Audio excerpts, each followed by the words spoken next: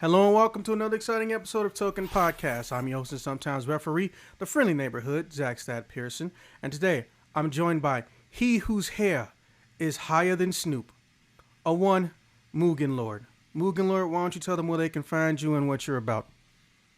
Hey guys, my name is Mugen Lord.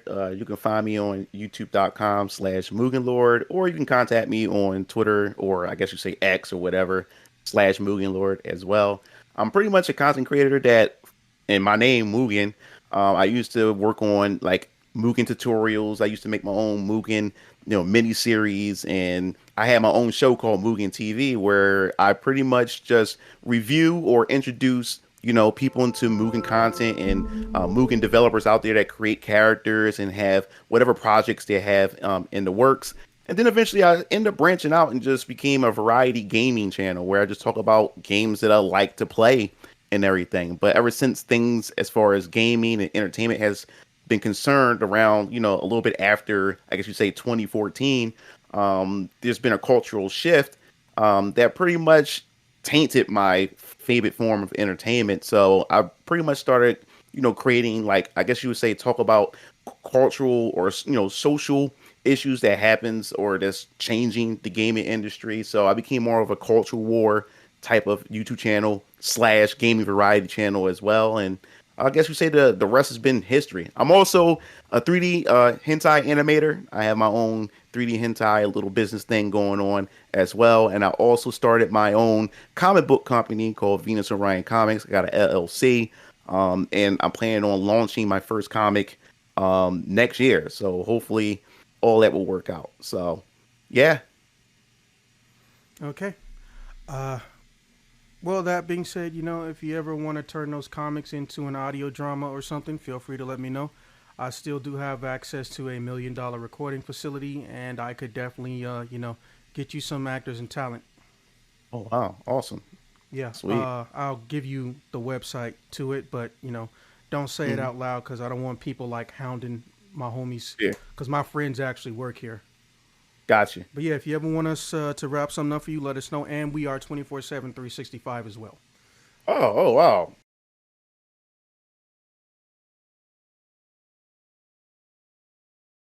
Oh wow. hmm Now, for some reason, I am on Wi-Fi, not Ethernet, despite having my Ethernet plugged up. So I will be right back after these messages. All right, Gotcha. so a little bit about me or why I picked you. Number one, I don't have a set preference. It's more like I go by how the person presents themselves. No, you don't have to be some stuck up piece of shit or be extremely popular. And even if you are, hopefully you're not a stuck up piece of shit because more than likely you won't even let me interview you. But it's more like the purpose of my channel has always been to hear a difference of opinion because even though Hmm. you know identity politics, culture wars, social issues can be easily manipulated and corrupted by ignorance on the internet. I was one of the first people to realize, wait a minute, some of these people don't know that they're just listening to someone who's paid to lie to them or paid to make them mad, not paid to find the truth or even acknowledge the truth. They're just paid to essentially be an asshole. Because people think that that magically started on the internet. Like, no, that's just been something that's happened ever since TV's been in existence. There have been people who were famous because they were epic talents, and there are people famous because they could get attention by any means necessary. This is not something that's new. But the point is that we like to have differences of opinion or talk to people who are willing to tell us how they came to their conclusions. Maybe there's a paradigm shift with them or there's a paradigm shift with me or us as a collective.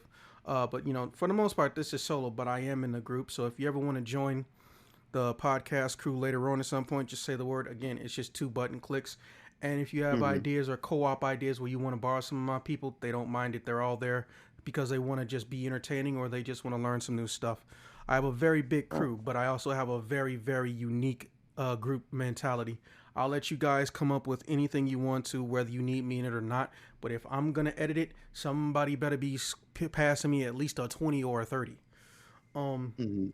but yeah, that's why you're here because I know that you have unique opinions and you've been able, at least at a bare minimum. I didn't skim. I went through about 3 or 4 videos. You've at a bare minimum been able to express your opinion Mm-hmm. without purposely trying to A, be an asshole to get attention, or B, it's just based in this is how you feel. You're not saying you're right, but this is how you feel about a particular incident. Mm-hmm. And you and me had something very similar to say about Sarah Bond, which is why I wanted to pick your brain on that specifically because, as I mentioned in your comment section, I don't know if you remember it or not, but I don't fuck with Xbox. I don't hate Xbox players. They're very good at annoying me, but I don't hate Xbox players or Xbox as a concept. But I knew the minute she got her job, it was basically going to be hell on earth for her because of the way she looks.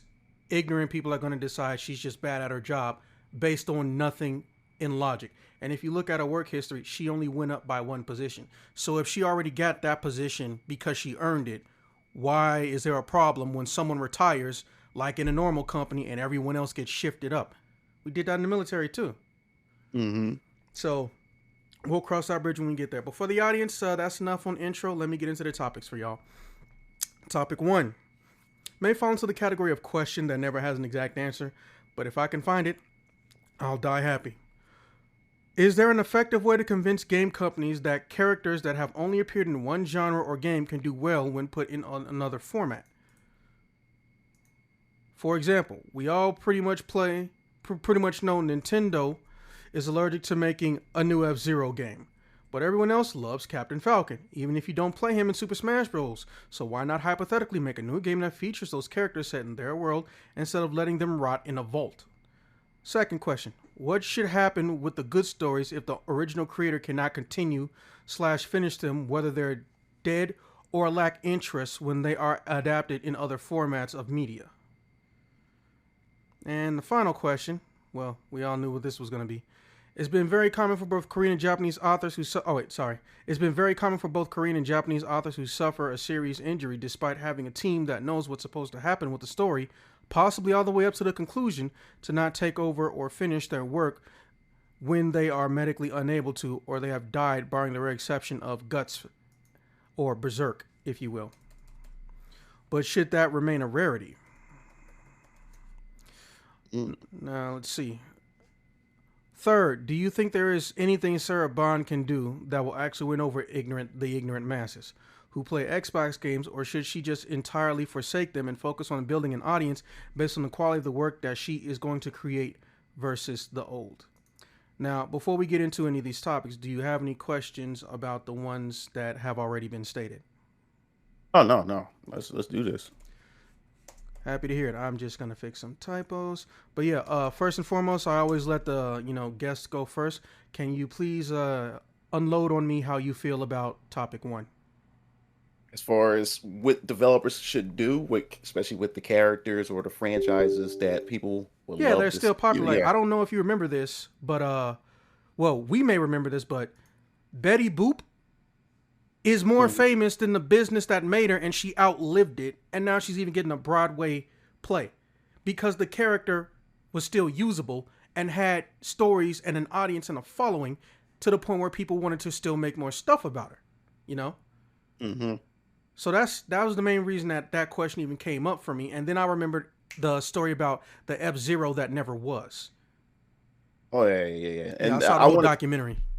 Yeah, I wanna talk. I guess Nintendo's a perfect example for this because Nintendo has, even Sega has a lot of IP. We already seen it already what Sega has done with that recent announcement. Oh, bro, Getting I'm so glad you mentioned that because I was scared to yeah, bring it up because I know we'll go on a tangent, but we'll yeah, save that for yeah, later. yeah, yeah, we say that for later. But they already that's pretty much they pretty much answered that question. But with Nintendo's case, and I think it's a perfect ground to start, especially with F-Zero, and he has so many other IPs that lying dormant. And this is more so, I guess you would say, a Nintendo being stubborn, or Nintendo, um, and even companies in general are very protective over the IPs. But stay on the topic with Nintendo. Nintendo is very cautious of who they want to license out their properties, to. They already know, they already acknowledge that people love F-Zero. I think we already seen a perfect example. They did the Battle Royale, was it F-Zero 99 or whatever that you can get on the PlayStation, not PlayStation, I mean Yeah, Nintendo that eShop. F-Zero Yeah. 99. They Yeah, basically just saw Tetris and said, "Huh, what can yeah. we do that's like that but takes no effort?" Yeah, yeah, exactly. So to me, it seemed like they do know because Reggie mentioned it numerous of times when he was, Nintendo of America's president. He does acknowledge that hey, there's an audience. People want these things, but in Nintendo's sense, they're very, very protective, especially after what happened with the original live action Super Mario Brothers movie. That really, when that failed so bad, it had hurt the name so bad, they have kept a lot of their property, in hand. And I believe Miyamoto even said, like, if they can't figure out what they want to do with the property, because what Nintendo normally does is they say they always want to try something new. They want to innovate with it. And most of the time they say if they can't figure out what new thing they can do with a They- franchise, yeah, they used to they want to will hire hold the on people to that it. will. Yeah. Yeah, yeah, yeah. They try to figure out. They'll hold on to it until they figure it out, or try to find somebody. But yeah, very protected. But anyway, in F Zero sense, I think that with them doing F-Zero 99, I think that's just a way to see, okay, let's see where the interest is at with this. And then they slowly start incrementing little steps and stuff. But yeah, I would love to see them take their franchises and put it into different scenarios. Like Star Fox. We've seen Star Fox Dinosaur Planet. I not once in my life ever thought of seeing Star Fox go into a whole different medium at that time, I especially on the actually GameCube. did. It was weird. Yeah, yeah, yeah. I bought the game. I enjoyed it. It was like Yeah, Ocarina of they didn't Time, but with understand Star the Fox. concept of there should be something to do after you beat the game. But Hmm. I don't know if you remember because it was actually pretty simple, and I almost figured out how that game came into existence when I was a kid before they actually explained it. There was an adventure game that they were making on a dinosaur planet, but Yes. but they had like humanoid, or I guess you would call them heteromorph Mm-hmm. fox characters and mammals. And for some reason, that game got canceled. So then someone picked it up and just literally put Star Fox aesthetics over it, and that's how we Yeah, got that game. yeah, But I yeah. I remember remember reading it. about that original game in No, Game yeah, Informer. in Game Informer. Yeah, I read it. It was Dinosaur Planet. It was supposed to come to the N64, and then we heard nothing of it ever since. So Yeah, yeah, and then all of a I sudden, remember that boom, whole thing. this. Yeah, but yeah, I think it would be a good idea if they to get more people interested in it. Try to put them in different genres. I mean, Mario has been in different genres like sports, go karting and everything like that. But to see F Zero and something else, because I remember, I haven't made a video about it, but I always talked about it, within my Discord and even with my brothers.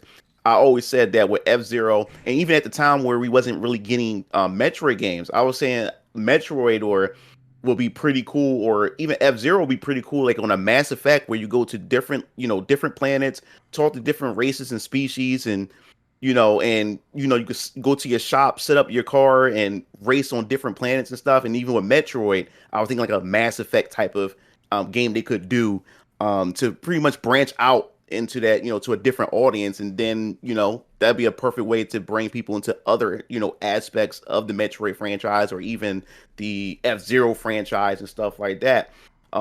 Even with Kid Icarus, man, I would love to see another Kid Icarus game. I mean, the 3DS, I wasn't really too fond of it being like a pretty much an on rails and semi shooter. I was more so expecting it to be more close to like a Zelda game. But yeah, I would like to see them, developers in general, just take them out, put them in different franchises or different genres, just to see, what can they do, to bring people in. They did it with Zelda with the was it the Hyrule Warriors, which I do enjoy the Hyrule Warriors franchise.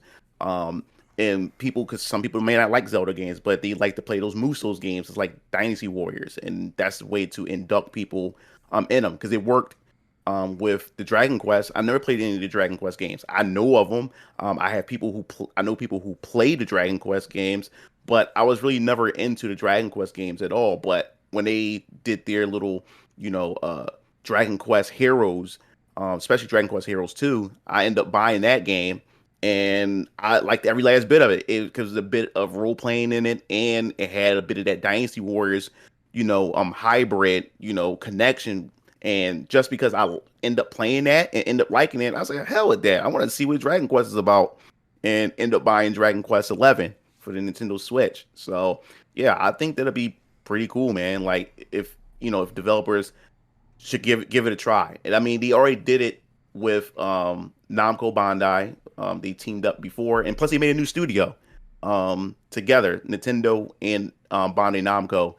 So who knows? We could start seeing some Star Fox. We could start seeing a new F Zero from here on out. You could give it to capable hands that can pretty much do something better with it. So yeah. Okay. Well, for me, as far as how to convince them of essentially, topic one, how to convince them to actually Hmm. divest into other genres. Unfortunately, I don't think there's a direct route because time and people coming out of the woodworks once contracts have expired Hmm. have basically led me to believe these mugs don't seem to understand the concept, and unfortunately, this is very habitual. Nintendo is like the old motherfucker in the room who's trying to do something that he used to do on pen and paper that he now has to do on the internet. And instead of learning how to do something simple on the internet, they'd rather bitch and moan and say, fuck it, I'm not going to do it. Now, I know that sounds very pessimistic, but again, I'm going off of literal research. Oops. So my phone wasn't on sound to vibrate. I'm going off of literal research for that I've been doing on and off for 5.5 years, right? So Hmm. one of the earliest things I learned was that the Japanese branch is extremely volatile to people who make fan games.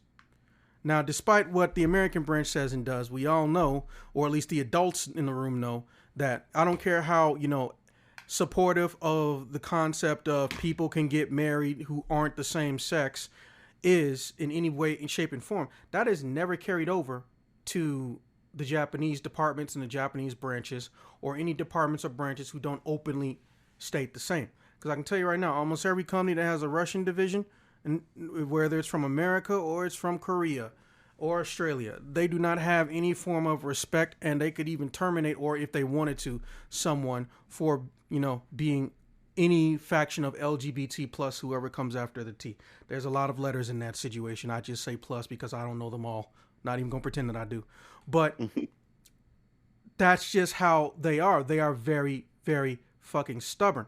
However, when it comes to people whom they've already worked with and they respect and trust and has literally been even allowed to get in the physical office, those kinds of people, they will tell them still no without an explanation. Or they'll say, well, we already have this product that does this same thing. Why make a second one? I'm like, that is the dumbest logic that only Nintendo has. Let me ask you something. How many fighting games that has Capcom made that weren't called Street Fighter?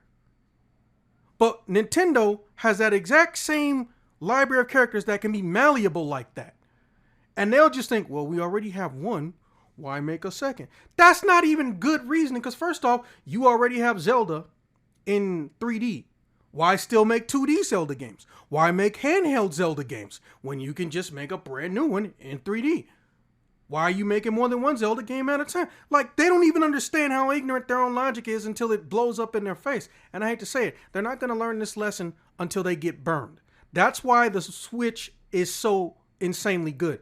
Because Kimishima, the president interim after, what's the one that died? Satoru Iwata died, right?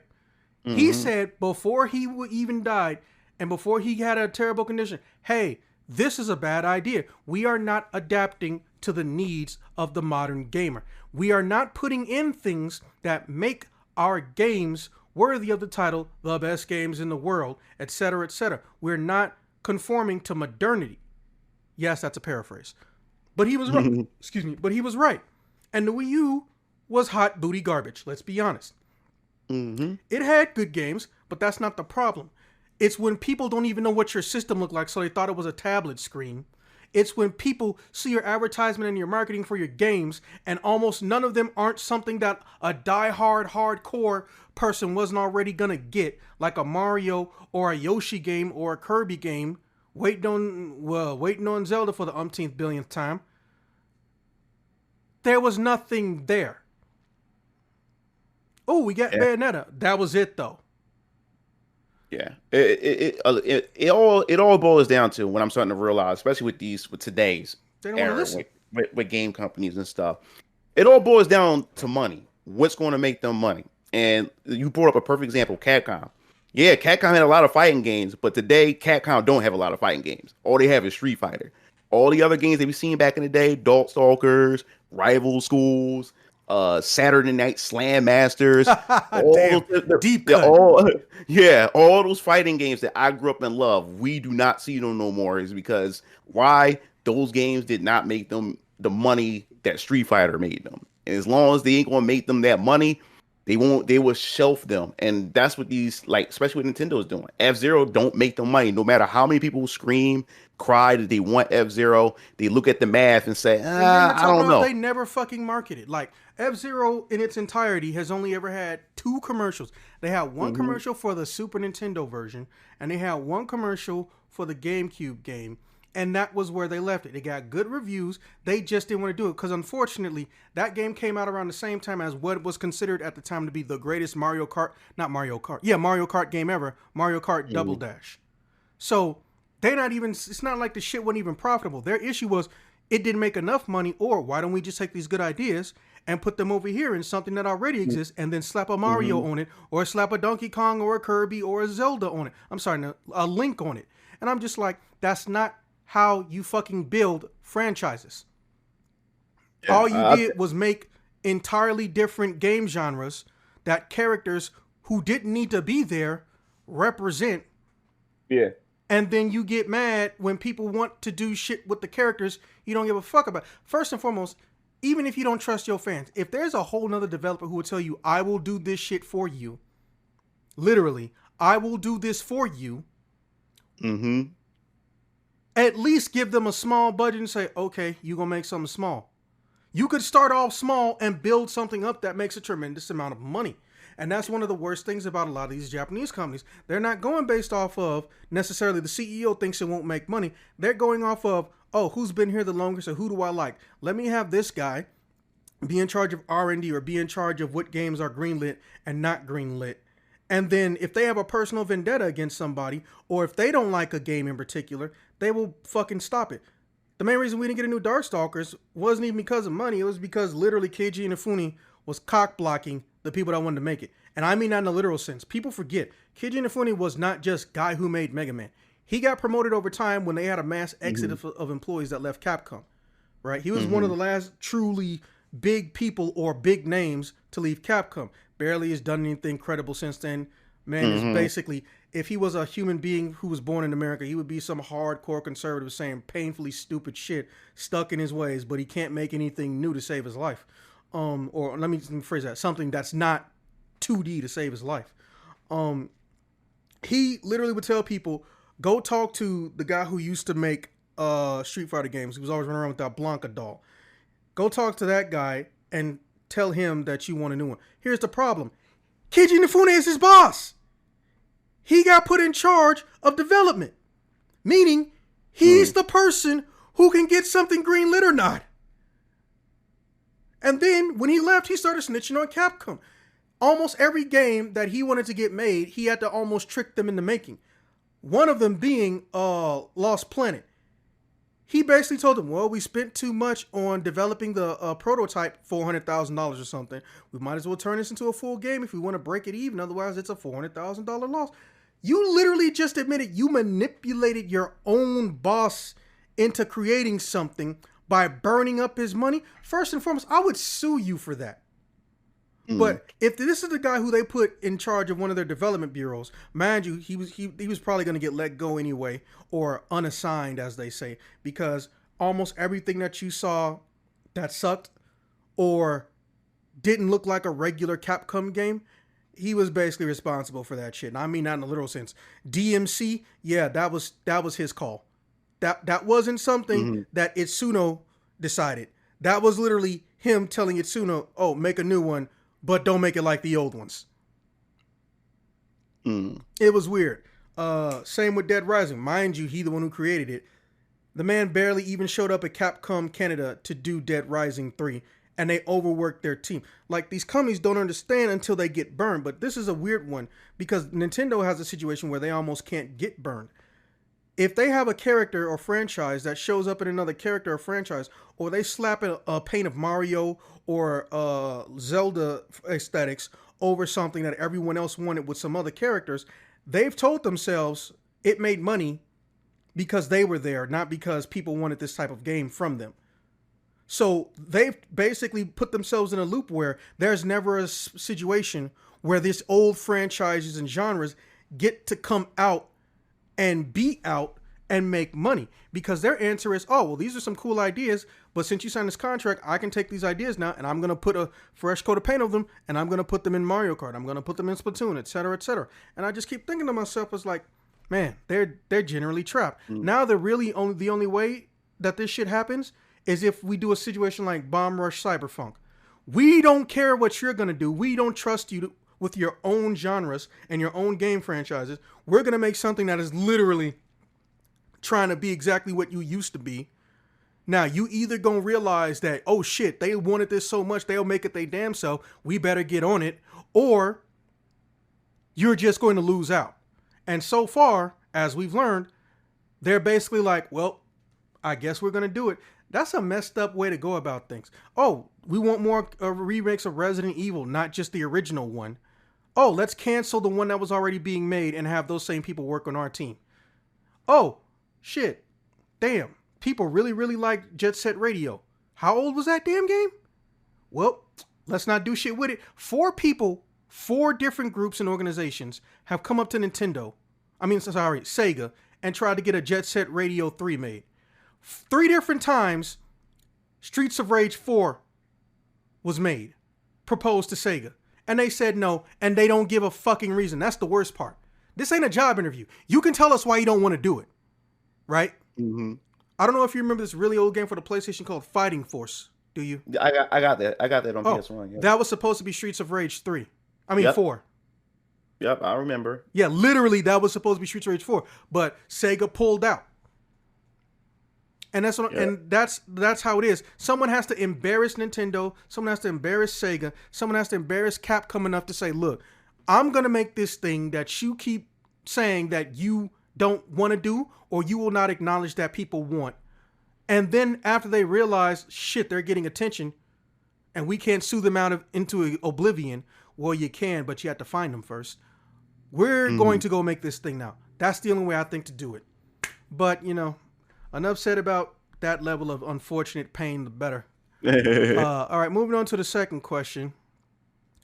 What do you think should happen with stories that aren't able to be completed by their original creator? Like, are you okay with them just flat out ending, or do you want to at least see somebody try to put a bow on it? All right, that's a good question, because I don't know. I guess it depends, because if they're not going to do it right after the original creator had passed away, then I'd rather them just flat out just end it. But in my personal opinion, too, at the same time, I think what a creator should do is have a protege, have somebody under their wing in case, because this is a common occurrence. Like a lot of these manga writers, anime creators, or whatever, just always get sick or they pass away or whatever the case may be. I think that should be something they should keep in mind. Have somebody that's under the wing that knows everything about what they're doing. So in case something like that happens, that person can pretty much take over and, act out on the rest of that series or the rest of that manga storytelling and everything. But I guess it just depends, in my personal opinion. If they ain't going to do it right, just end it. Just end it if they're not going to do it right. But if they do have somebody or have a group of people that can do the job and carry on that vision of that said creator, then I'm all for it. Go ahead, continue it. Don't drop it off, And it just, it does hurt. It does sting when that happens, where it just cancel abruptly. Because like Dead Man Wonderland, that anime, I liked the anime, not the manga. I didn't read the manga, but I might end up reading the manga. But the anime, man, it just ended because something about the creator. I think it's a woman who created the anime, if I can remember, that once she had got pregnant, she just stopped altogether or whatever, and then that was just the end of it. And then it was another anime called Kaze no Stigma that only had one season, and I believe the creator had died as well or something like that. And I was into it, and it just abruptly just ended, and that was just the end of it. And I was like, man, like that kind of sucked. That's unfortunate. And no matter how hard, how much I want them to continue, if they don't have, like I guess you say the genius, or they don't have the talent to just pick up where the creator had left off, then I guess just leave it the way it is. Okay, I can respect that. You'd rather see it drown in the ocean than live and suffer. Yeah, like, I love to remember it how it was, than to remember it being something garbage that other creators that people took and then took it farther and just made it garbage. Then I'm like, man, they just ruined the legacy right there. So like I said, it just depends. If they can get somebody the talent, yeah, go ahead, shoot for it. That's a good thing. But if they don't have faith and or confidence in it and they want to destroy it, then no, just let it die. Just let it end where it's at. Well, as far as me, first and foremost, before I say this, I'm gonna acknowledge that this question wasn't inherently uh, designated at Japanese media. It Hmm. was good media in general. But Oh, okay. I will state for the record, I've said on this channel multiple times that the way those motherfuckers are treated, as far as manga artists, who are usually also the writers, are Hmm. concerned, is the definition of a human workplace violation. It Hmm. would not be and is not legal in North America, and somebody gonna catch a felony, and I mean that literally. If we're Hmm. at a point now where there are organizations, charitable organizations, that are trying to get donations from people to subsidize the cost of living for the people who draw and animate and write these things, there is an inherent object problem.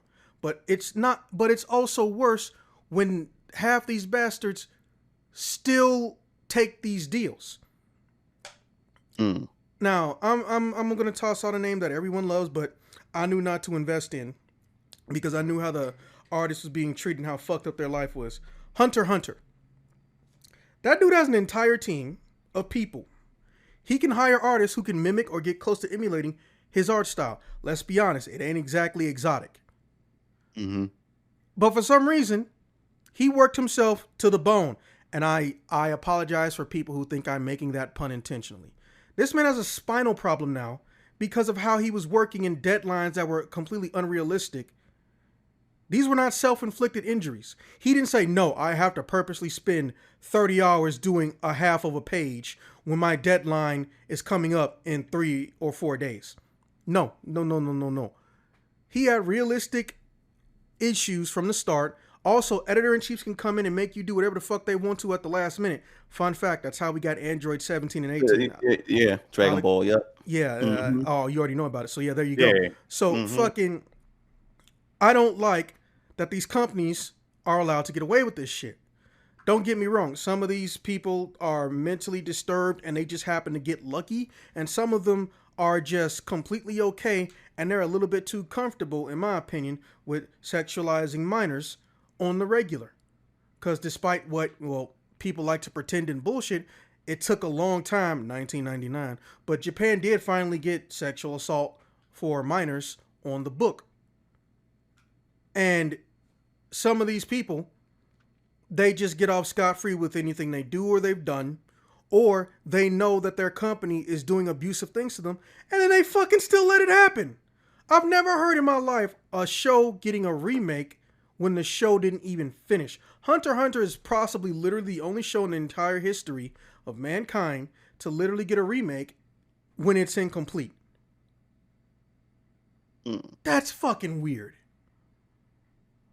And it's Yeah. all because, for some reason, both the company and the writer are not letting or subcontracting other people to finish where they left off. But when it comes to a written novel, that's the first thing they'll do. I like Bleach, but I'm gonna tell you right now, I'm not stupid. I know how this shit works. 99.9% of the anime fans I will ever meet in my life do not want to read the books because their attention deficit, let's be honest. But Bleach also has supplementary novel material. But I promise you, none of them will read it. They will just bug me to tell them what happens in it, or they'll go look up a YouTube video because that's how you support a book, by going and reading a fucking YouTube video that tells you everything. Because that's smart, right? So I don't get why they do it. I honestly don't. It disgusts and disturbs me. So the way I feel, I would rather make a ambiguous ending.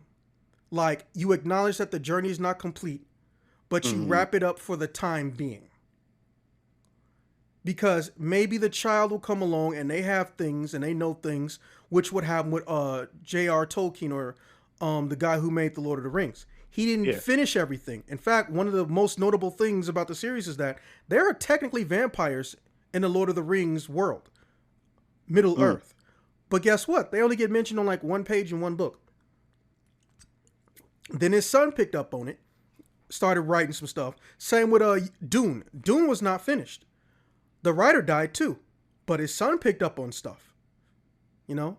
Okay, I ain't doing any of that. So Yeah, I know, yeah. but that's because, well, I mean, we're not the age group for it, but before there was Star Wars and Star Trek, the biggest name in sci-fi was legitimately like anything that Jodorowsky did.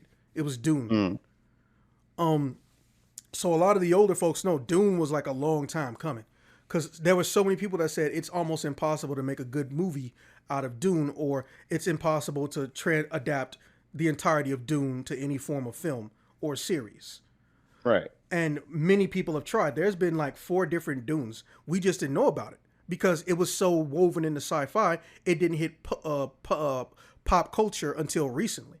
It hit nerd culture, but that's not pop culture. Those two things are not aligned all the time. I keep trying to convince people of this.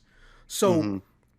I would rather them get an ambiguous ending to summarize, and possibly someone who the rights holders trust and have proven track record of making a good story can continue them. Yeah. That's That the that only way I that can see it yeah. happening. Yeah. That makes a lot of sense. Ambiguous ending. Yeah, I can see that. Yeah. Now, let's go to the one that we both know we was gonna spend a lot of time on. Um, well, first and foremost, I know you don't know what I look like. Give me about 2 or 3 minutes and I'll fix that. But I can honestly say, just from growing up, even though I'm up north, so if somebody gonna be racist, they're gonna be looking over their shoulder and they're not expecting to get away with it. I can tell you point blank, I feel nothing but the deepest of sorrow for her, and I strongly, genuinely empathize with her as an adult, let alone as a minority in this country, or just I'm not a woman, but because I know we both know what can get said when they're not in the room. There's a difference between people who genuinely respect someone, regardless of their sex, and someone who's just putting on a face because they feel like they're not with the boys yet. That type of bullshit logic. So I feel bad. I honestly feel bad for Sarah Bond. Um, but whilst I'm looking up pictures and rehearsing some shit, go ahead and tell me if you think there's anything she can do. I honestly feel like it's a lost cause and it's not her fault. But I'll Oh, elaborate more soon enough. well, yeah. I mean, now that she's in this position, and I would say it's a lost cause trying to convince people. Right, what she has to do is just prove that she can do the job. Because moving on forward, right here, this is all the decisions that Xbox is going to have moving forward, as In far as 2024. the exactly moving forward, it's all going to fall on her. And like I said in my video, like people's already shitting on the leadership on Xbox too. So this is not going to be like that much like drastic because people was already shitting on it. Now we just got a new person and a new face, and there's like a twofold. I always said about this, and even in my video, I kept telling people like, listen, like she wasn't the only one that was upgraded that went up. Everybody that's beneath her had upgraded into a spot. Her balls had moved up in position, which only makes logical sense for her to move up too. So it's not a rather or not that it was a diversity move or to make the company look good or whatever like that. This woman had been around for quite some time, and like I said before, a lot of that is the blame on journalism and a lot of these articles that people will post every time you have a minority that's in a position of power. A lot of these journalists don't acknowledge any of their, I would say, like I said, their Accolades. accolades. Most of it is just about their skin color. And then, like I said, you like the moment Sarah Bond had got in position as well, there's even a lot of black journalist sites that just celebrated her color and also she's a woman as well rather than the things that she has accomplished. And that does more harm to minorities than ever before because of this current social political climate that we're in. And the response and the backlash, and like I was telling my viewers too, I was saying that, hey, like this could be a totally different case. This may not be a whole diversity thing because I've researched this woman. I mean, she does have some credentials before she even got into Microsoft. She's been in Verizon, she's been in AT&T and many of these other companies, and she has shown improve. This is just the first time she's stepping into a video game space, and I think she should be allowed to have that chance to be able to, see what she can do. But the journalists and a lot of these other sites and these people that you see on Twitter, they just post her in that she's a black woman, and that does not help at all because right now, like I said, what's going on with the whole anti-woke side of things and stuff like that, people are getting tired. People are getting burnt. People are burnt out. So now people are lashing out now. Like the moment they see a person of color or a moment they see a woman or a moment they see something from LGBTQ, that's the first thing their mind is going to go to because we've been since 2014, since the whole Anita Sarkeesian and all this other type of movement started just ushering in our entertainment. People been sitting down just eating this shit. We just been sitting down, just been taking it, and the journalists were on these people's side and everything, and people were getting tired of being villainized for having these opinions. So now they have gotten so polarizing. Now that they see anything that could possibly resemble wokeness, people are going to lash out at it. But the biggest issue is too, we still have a group of people that's within this movement that's using this movement to also to exploit, their racism or their sexism and stuff like that as well. And that these people we have to cast out because it doesn't do the anti-woke movement any good when you have people who's just using that as a shield to exploit how they really feel about minority groups as well. Because these people, no matter what you do, you can never satisfy these people at all. So even if this person, Oh yeah, I'm even looking through your comments. That's very true. yeah. So even if Sarah Bond is qualified and have been proven to be qualified, you're going to have those group of people try to call it woke, but at that point is no, you're just a racist, or you are a sexist. You are a sexist at this point, and that's what I try to make people realize because I was talking on my stream during the Game Awards before I get this just to bring it home. I was watching the live stream at the Game Awards, and we was looking. It was something. It was a preview of something they were showing, and then they had this Japanese streamer on the screen, and they was wearing a mask. And then I had some people, not everybody, but I had some people in my comment section saying, "Oh, here we go, max propaganda, this, that, and the third." And Man, I would was have blocked them immediately. They're not even worth educating. No. In my streams, I allow people to voice their opinions, whether I agree with it or not. Unless you're bullying, unless you're harassing somebody, that's totally different. But no, you're allowed to voice your opinion. I don't care what it is. I don't care what it is. If you're a lefty, if you're a person from the right side, it doesn't matter. Everybody's welcome here, even if it irritates the fuck out of me. As long as you're not harassing anybody, that's perfectly fine with me. So what happened was I said, how's that mass propaganda? I said, you do know Japan and many other Asian countries, they've been wearing masks. Yeah, it's considered polite to wear a mask if you're sick. Yeah. They've been wearing masks before the pandemic was ever a thing. I said, especially if you a person that's part of the fighting game community, you look at Evo, you see a lot of these people always in masks. Always, they get on stage like from the 90s. Yeah, they get on stage and play at Evo and all these fighting game events. And when I was younger, I was like, why are they wearing a mask? Are they sick or something? But having a lot of Asian friends who go over, who go see family over there, they was also explaining, if they have a cold or sometimes even pollution in some areas and stuff like that, they wear those type of masks and stuff. And that's just their mentality of being courteous to others. So that's less of a propaganda type of thing over there. They've been doing it before. They've been doing it before the pandemic. So I was explaining that to that person that was in my chat. I said, no, this is the thing, guys.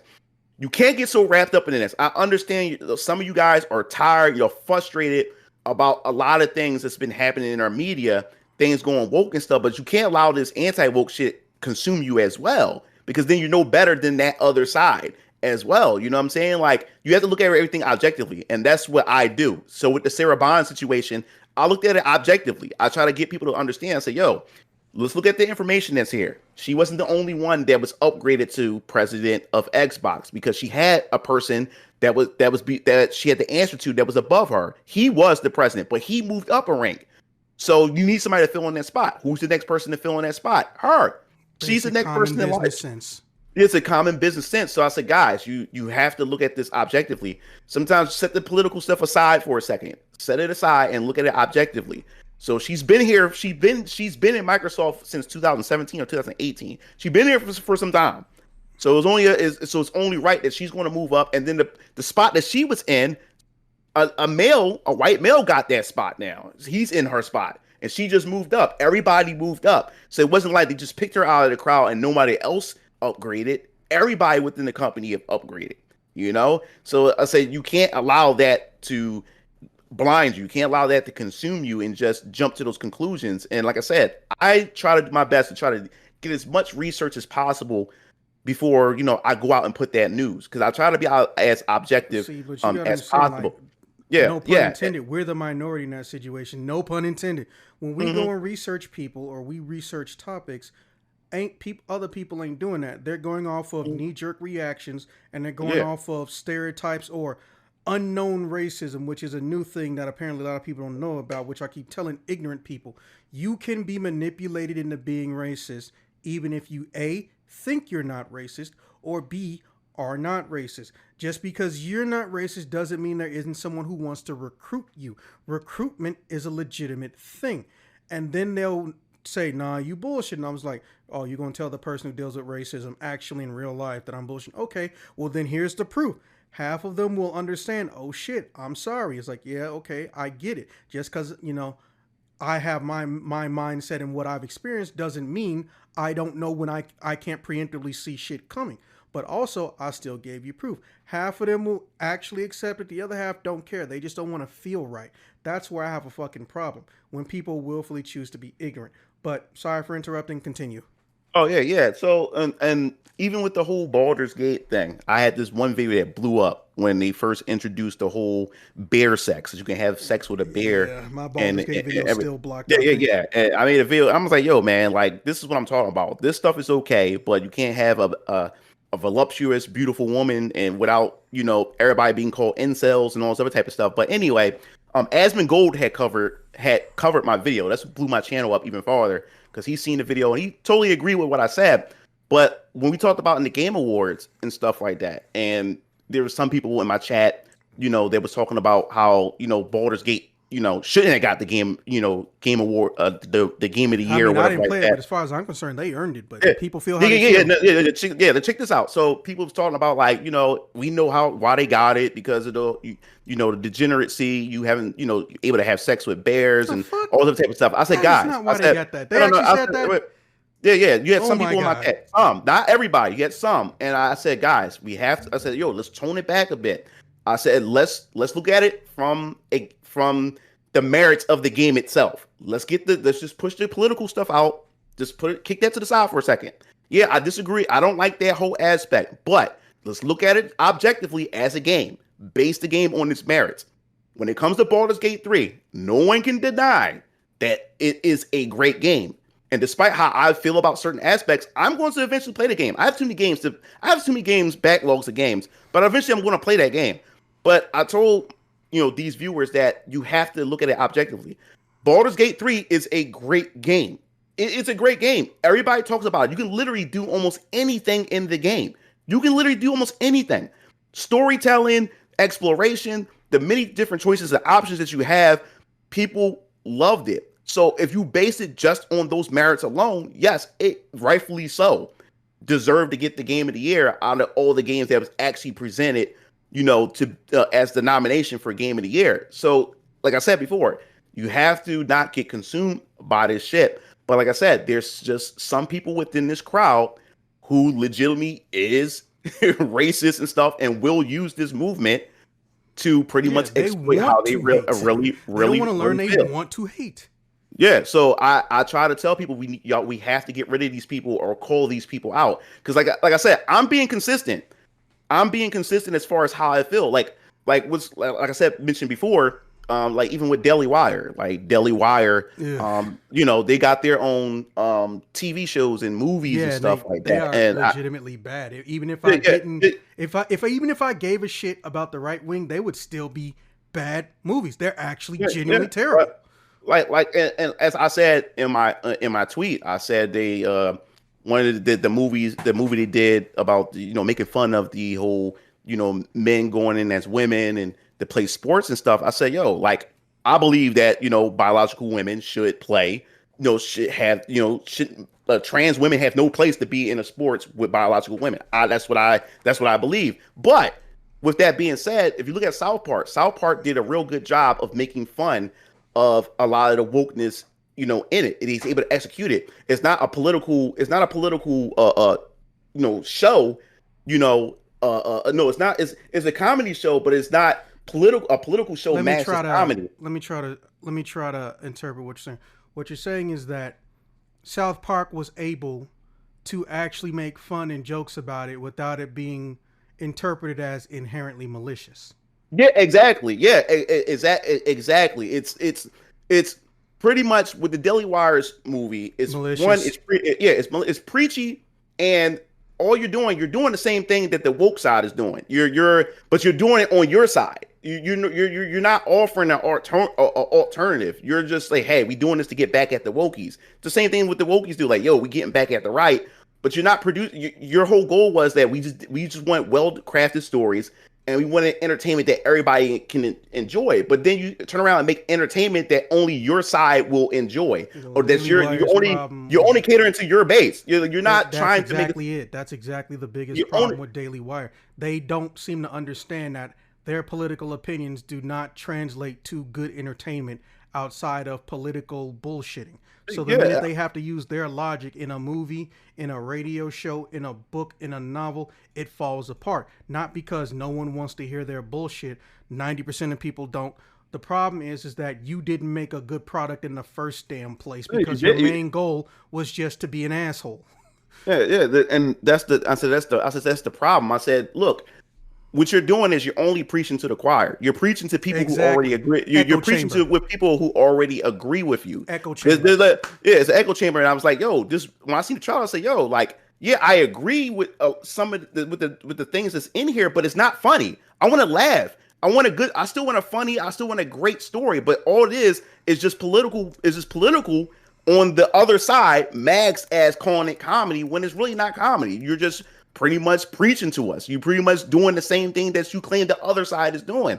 So we're not really getting, as a viewer, as a person that want to be entertained, you're not giving me anything. This is not really an Let me give alternative. you a better movie too.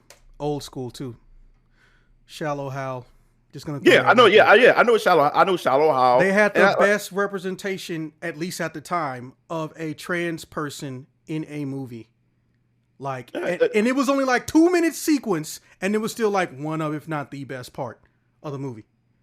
so it goes to show, like even I did a video talking about is Street Fighter 6 woke, and that really did good too. That really did some numbers, Yeah, I don't even and understand that yeah, concept.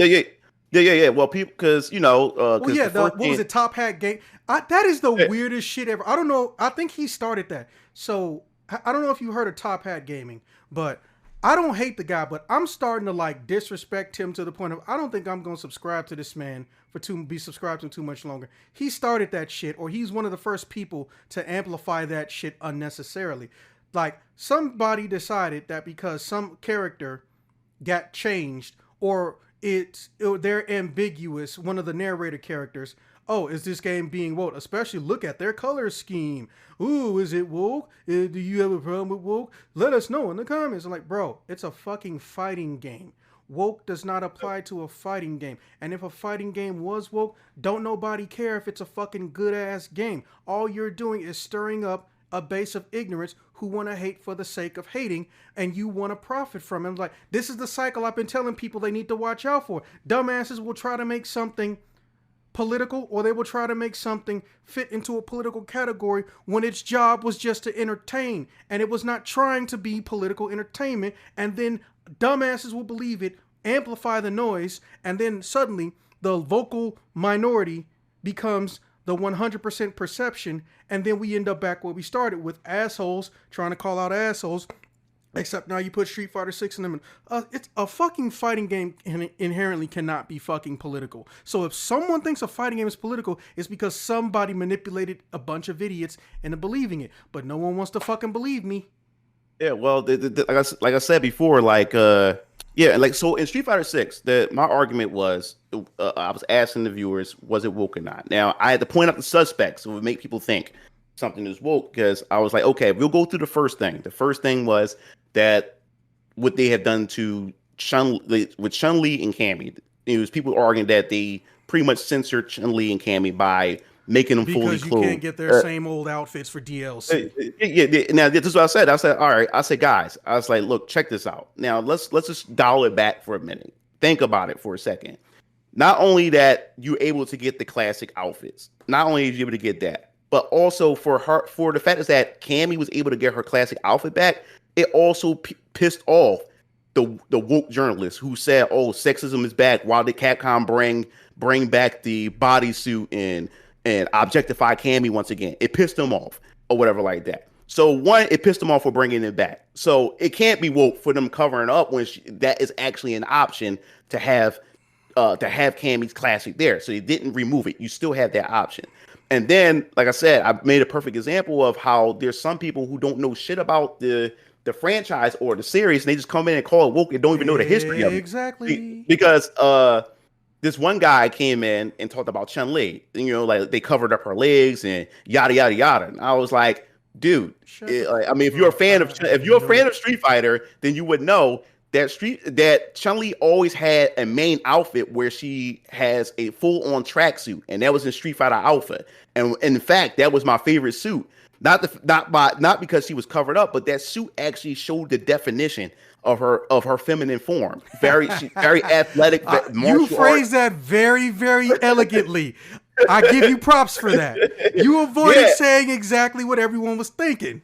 Yeah, so the guy, he said nothing else, and I showed the picture. I said, "Here's the picture. She always had this outfit. Like, this is Street Fighter Alpha. Like, dude, are you a fan? Together. Are you a fan of Street Fighter or not? Like, dude, if you don't know anything, then shut the fuck up. Like, you don't like that doesn't make any sense." So it does invite those type of people who just come in and just jump into something. Like they want to hate for the sake of hating. Yeah, like the ignorance. Like this is what I'm saying. Like I can't fuck with that. I don't know. Maybe it's because I'm older now. I mean, I'm not an old man, but I'm at a point now where, man, when I see ignorant people, I only want to say one time, listen, do you understand that your opinion does not correlate with objective fact? Your opinion can only correlate with objective fact when you state something that is an objective fact. Number one, woke doesn't have a set definition. And when it did have one set definition, it was literally manipulated, ironically, by the people who hate the concept of it to make it sound like something else, or to make it sound like you're only woke if you're petty or you're insecure. It doesn't have a definition that is concrete because too many people who are assholes popularized a corrupted, dirty definition. Here's the original definition, and the only reason I know that is because I actually had a friend who was an etymologist. For those who don't know, that's someone whose job it is to literally study the history of words.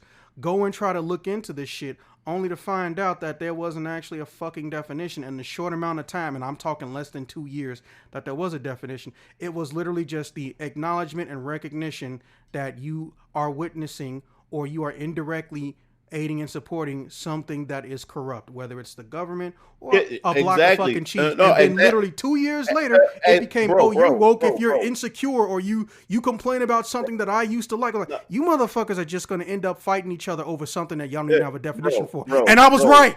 I was fucking right. Bro, you said something that I it's funny that you said this, because I always heard the word woke, because my uncle is very like pro-black, and it was always the same, stay woke. And it had something the to do original with, definition was so much better because it made sense.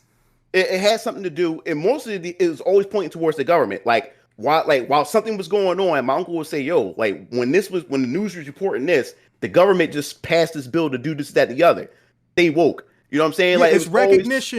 It was supposed to be recognition of wrongdoing, or that unfortunately you accidentally supported and aided in something that was morally or systemically wrong, and it's just acknowledgement. that there was something wrong happening and you don't want to be a part of something wrong. Now it's whatever the fuck Fox News said it meant that day.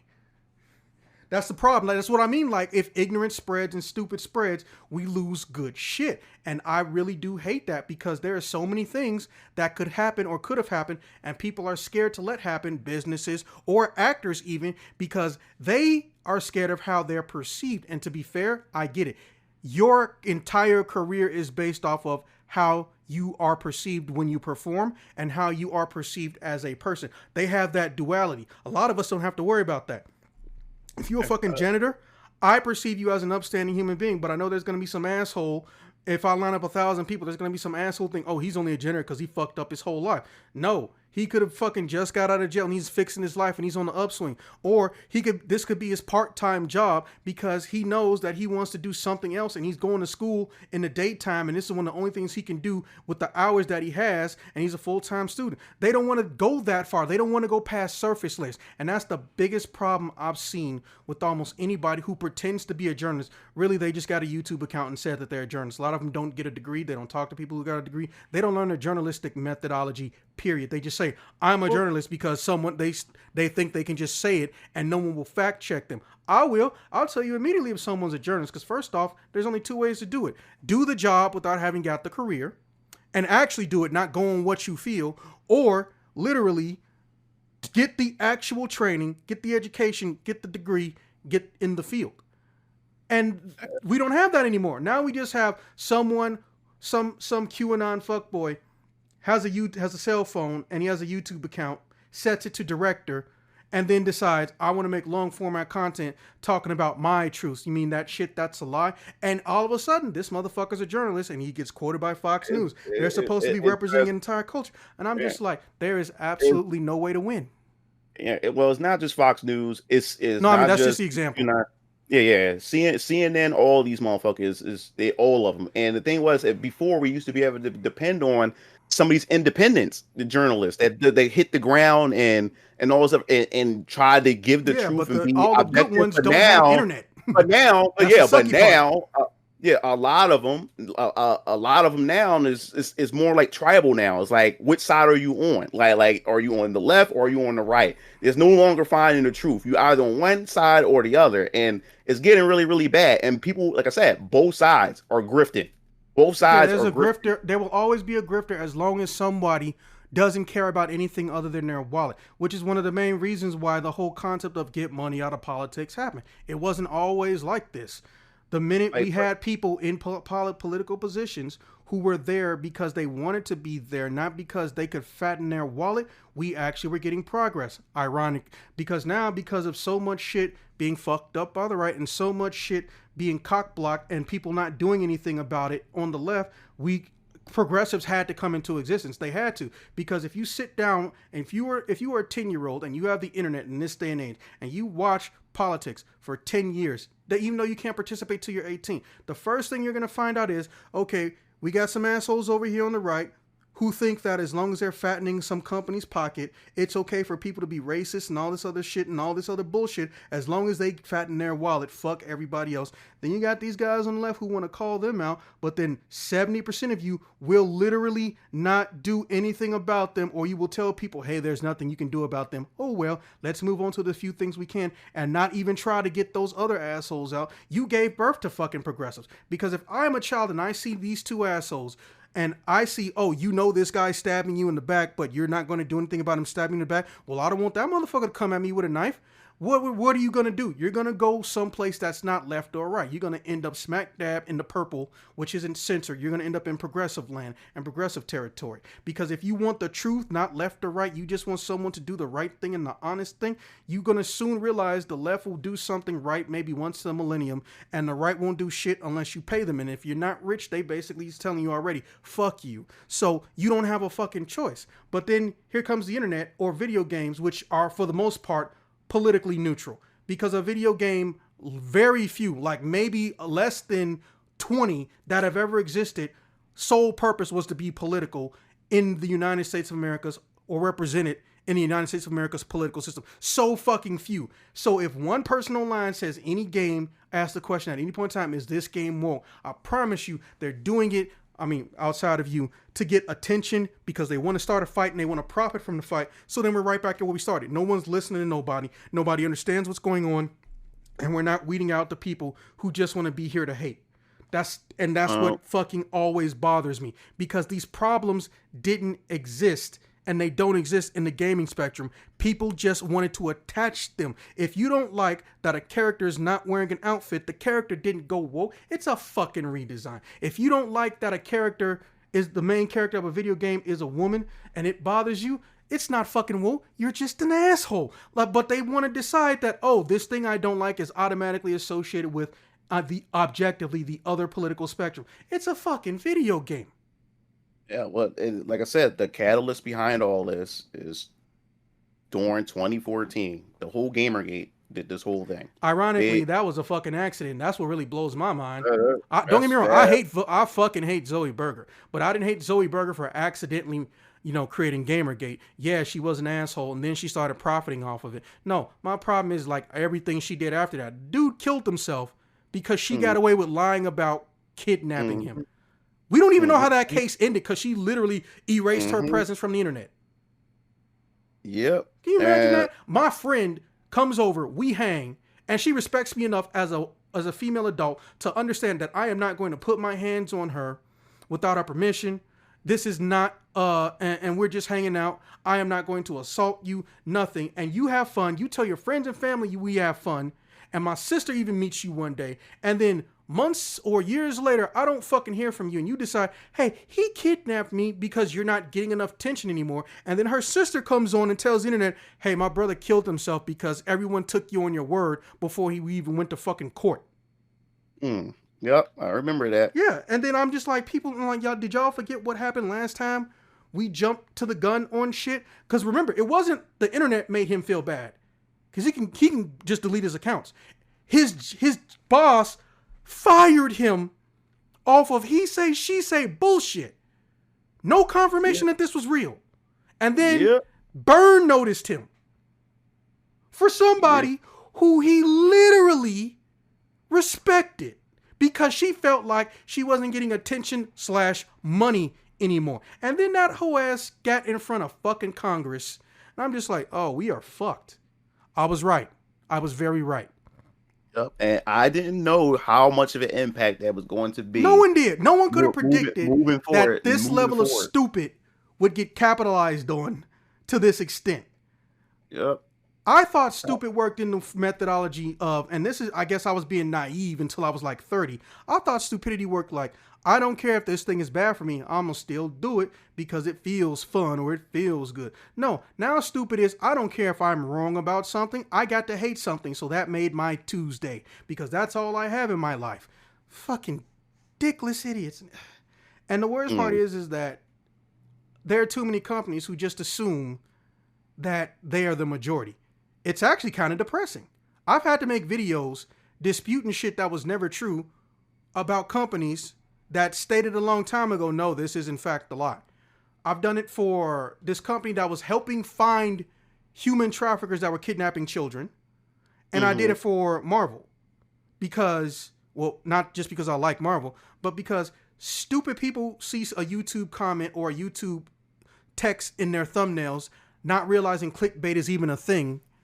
And then they'll just regurgitate it like it's the objective fact. Oh, Marvel Comics is dying because their comics are whoa. Marvel Comics is dying because they don't sell like Japan. And I'm just like, what the fuck are you talking about? I literally had the fucking editor-in-chief say in a room full of people, so yeah, it's actually a lie. Don't believe everything you heard.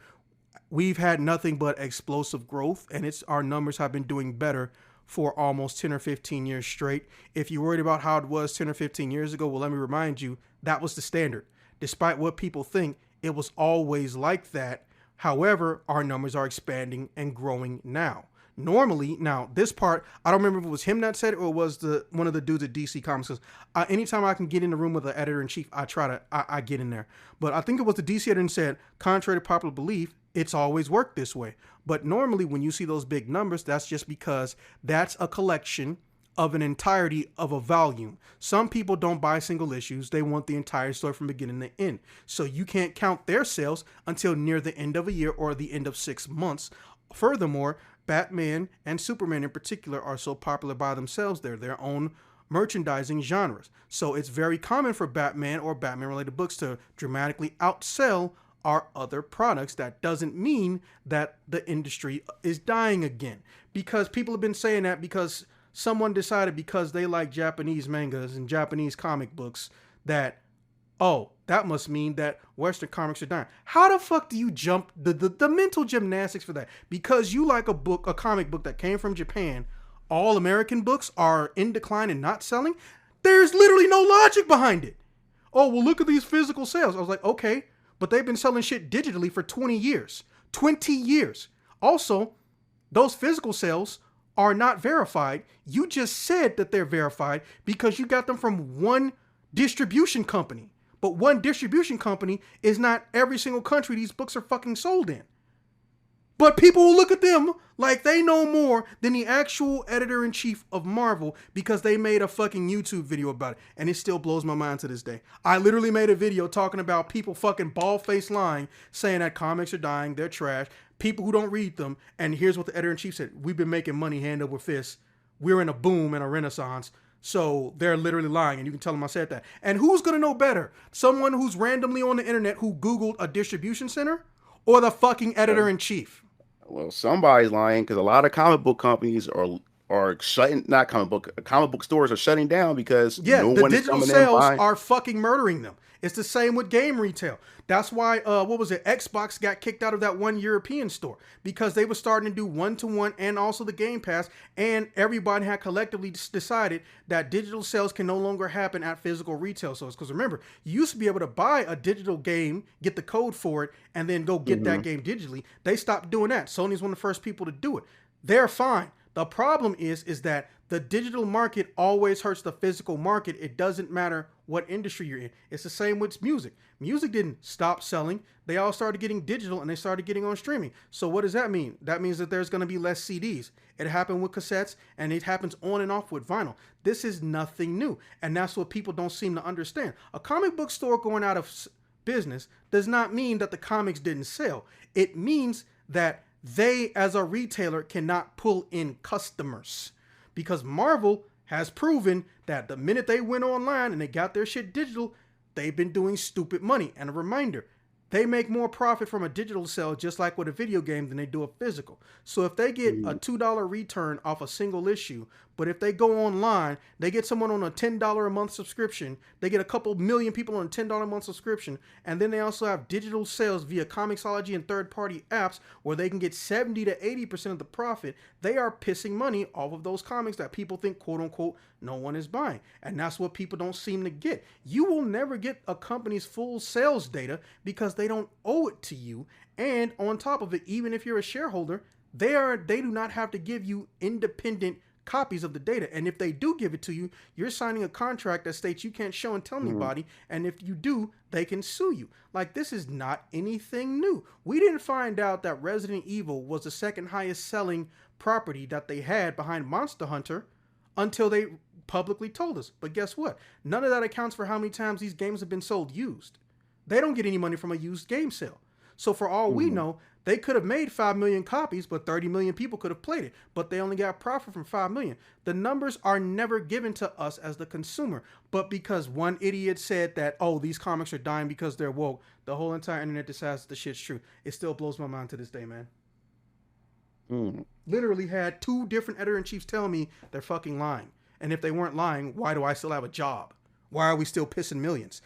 Contrary to popular belief, movie money does not correlate to going and funding the fucking comics. Movie money goes to Disney.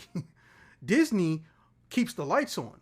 But if we didn't make money, Disney can turn our lights off. And it's Disney. If you ain't making them money, they will force you to, or they're going to put you in some vault and never to be heard from again. And last I checked, they haven't stopped selling comics. Hmm. Rant over.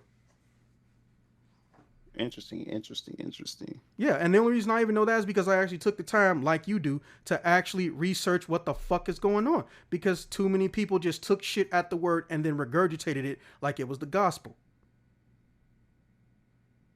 Yeah, there's a lot to be said, a lot to be learned. and everything. That's why I try my best. I keep telling my audience, I try my best. Like, yo, like I'm here. I'm not here to to tell you what you want to hear. Like you can. Exactly, and you I can't want be people. because that's I an let echo people. chamber. Yeah, I let people know. That's like I keep telling people. Like, yo, I'm not trying to cultivate an echo chamber. I'm going to say things that you're going to disagree with, and I am completely fine with that. Thank you. That's the whole I'm point of not my going. channel. Yeah, I'm not going to block you because you said something that I don't agree with or say something I don't like. You're welcome to voice your opinion Oh, here. I'll I don't block you care if you what. racist or an ignorant jackass, but that's just me. Well, I mean, if you racist, like you like I got a whole audience. My audience would eat them alive. So like, that's another thing I used to say on my live streams because every once in a while, and this is what I also learned too, man, about people. Some people just say things because they know they can get a response and reaction out of you. Yeah, Sometimes don't even necessarily mean professional they're assholes. yeah, yeah. They sometimes doesn't even necessarily mean they're racist. They if I'm arguing with somebody and if you fat as shit, I'm gonna call you a fat fuck. It doesn't mean that But it yeah, doesn't mean I'm fat phobic. It doesn't exactly. mean It that, just means or you not. hate It mean, that person individually. yeah, I'm going to say something that's going to hurt you and piss you the fuck off because I know that that's something that's going to trigger you and that's going to piss you off and stuff. So even in my streams, and this happens rarely, but I would have somebody that will come in and say some racist shit to me, and I used to tell my stream, I said ignore the trolls because these people get a kick out of saying things that they'll know that will get a response out of you and stuff.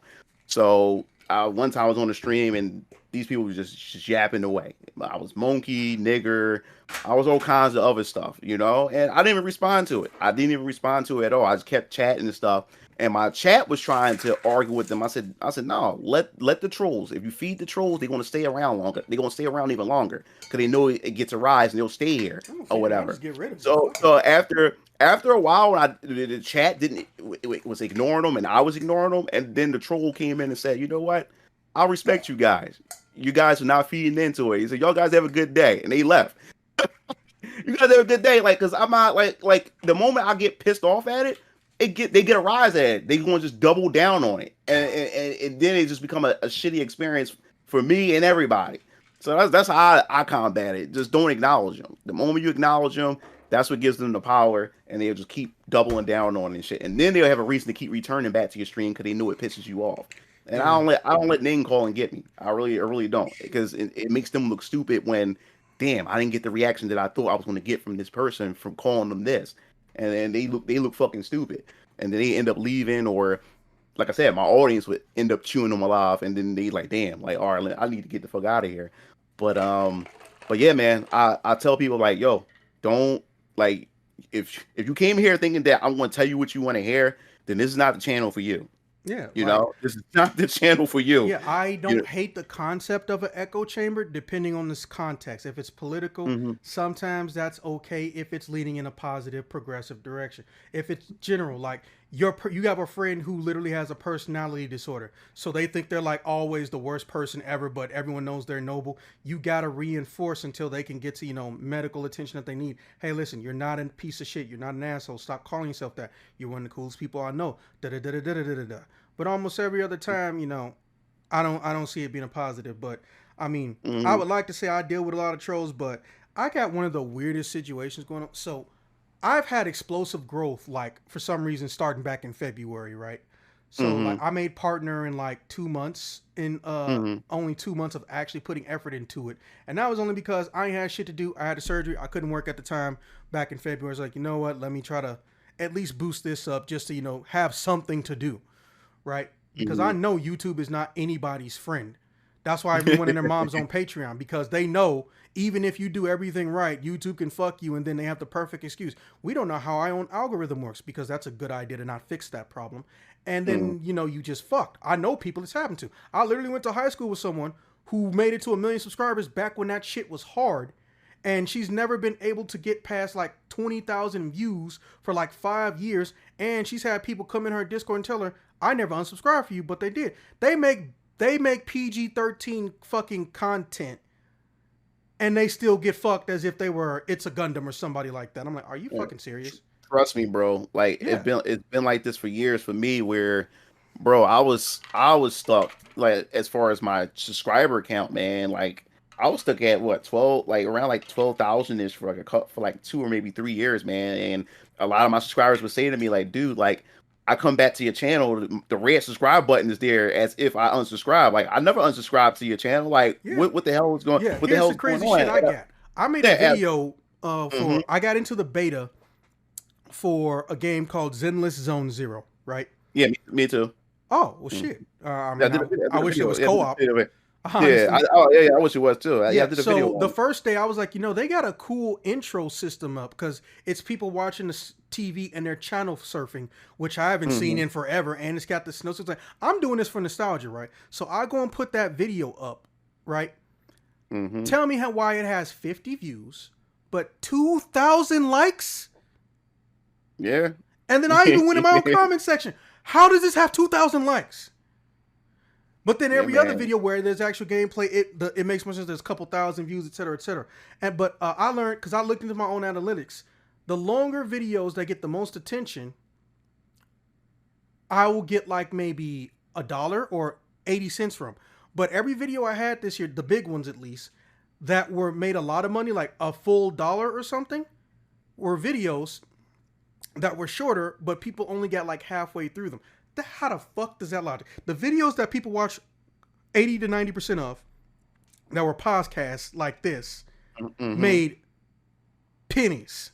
But the videos that are 10 to 15 minutes and people didn't get past the first 10 minutes in a 15-minute video, that made bigger dollars. And I'm just like, you know what? I'm so glad that I don't I don't place my value on internet perception and that Mm-hmm. my income is not coming directly from YouTube, because this is the reason why half of them lose their fucking mind. Even if they don't do anything wrong, I get why they lose their mind now. This shit is It, it pissed me off.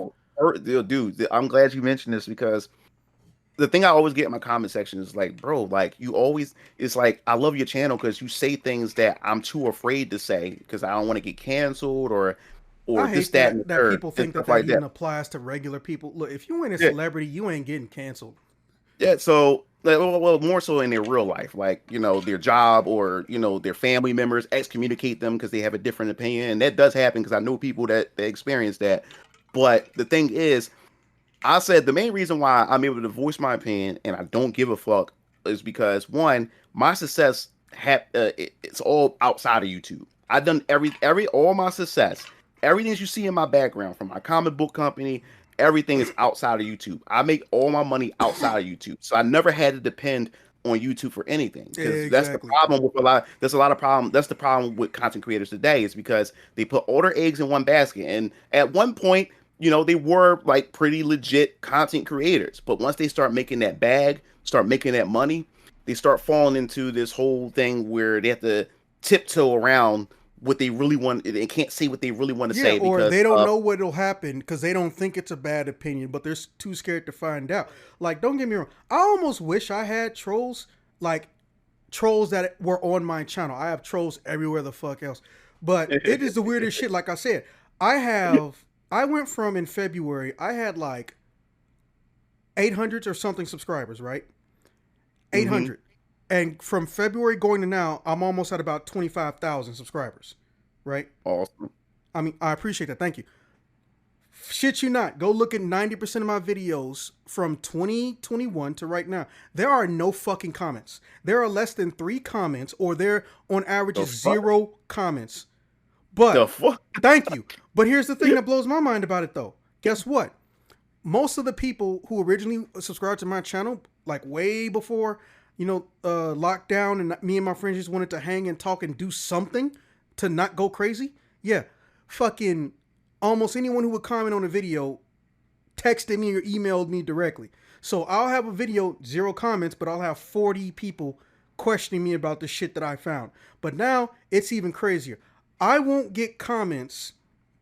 The most comments I've got on a video this year total was like 11. Mm. The shit don't make sense to me, but you know what? I've learned to roll with the punches. Here's how I look at it. If I actually get a button, I'll make a button. I'll show my friends that help me get to where hmm I'm at. Because like I said, I'm a group channel. I'm not a solo act. In fact, the fact that you and me are doing this solo is a rarity. Um, hmm and I believe me when I tell you, bro. I don't understand it, but I'm glad that I know myself well enough to not let my entire value be inflated or decreased by a subscriber number. Because the first thing anyone who sees my social media will say and notice is, wait, how are you getting this popular? You've had 400% growth or something like that, according to YouTube, but you have like 2 comments in 4 months. I was like, I don't fucking know, man. YouTube works in mysterious ways. But bro, yeah, check this out. Because before I got where I'm at now, I people didn't understand. Like, bro, how you have 12,000 subscribers, but you only got like your views is only like 50 views or Thank you. 100 Thank views, you. and because then people try to accuse me of botting. I'm like, no. I'll say it's YouTube is doing something fucked up. They're doing either I'm shadow banned in some sense because some people are saying like, yo, dude, I didn't get nothing, none of your videos. I got the notification bell.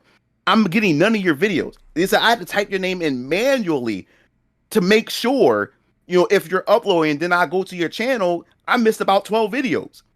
So I'm like, what Yeah. the hell? Like, what the hell is going on? The But fact that I even got a sponsor offer, mind you, I only got one for the first time ever, a month ago mhm, still blows my mind because I don't know how they found me because the only thing I did on the search engine optimization and the mhm, AdSense stuff is that I said, do not put right leaning politics, do not put tobacco or any nicotine products, and do not put sex and sexual paraphernalia in my search history or recommend me to any sponsors like that. That was all I did 4 months ago. No one hits me up. And then all of a sudden, out of nowhere, hey, listen, we sell an organic product.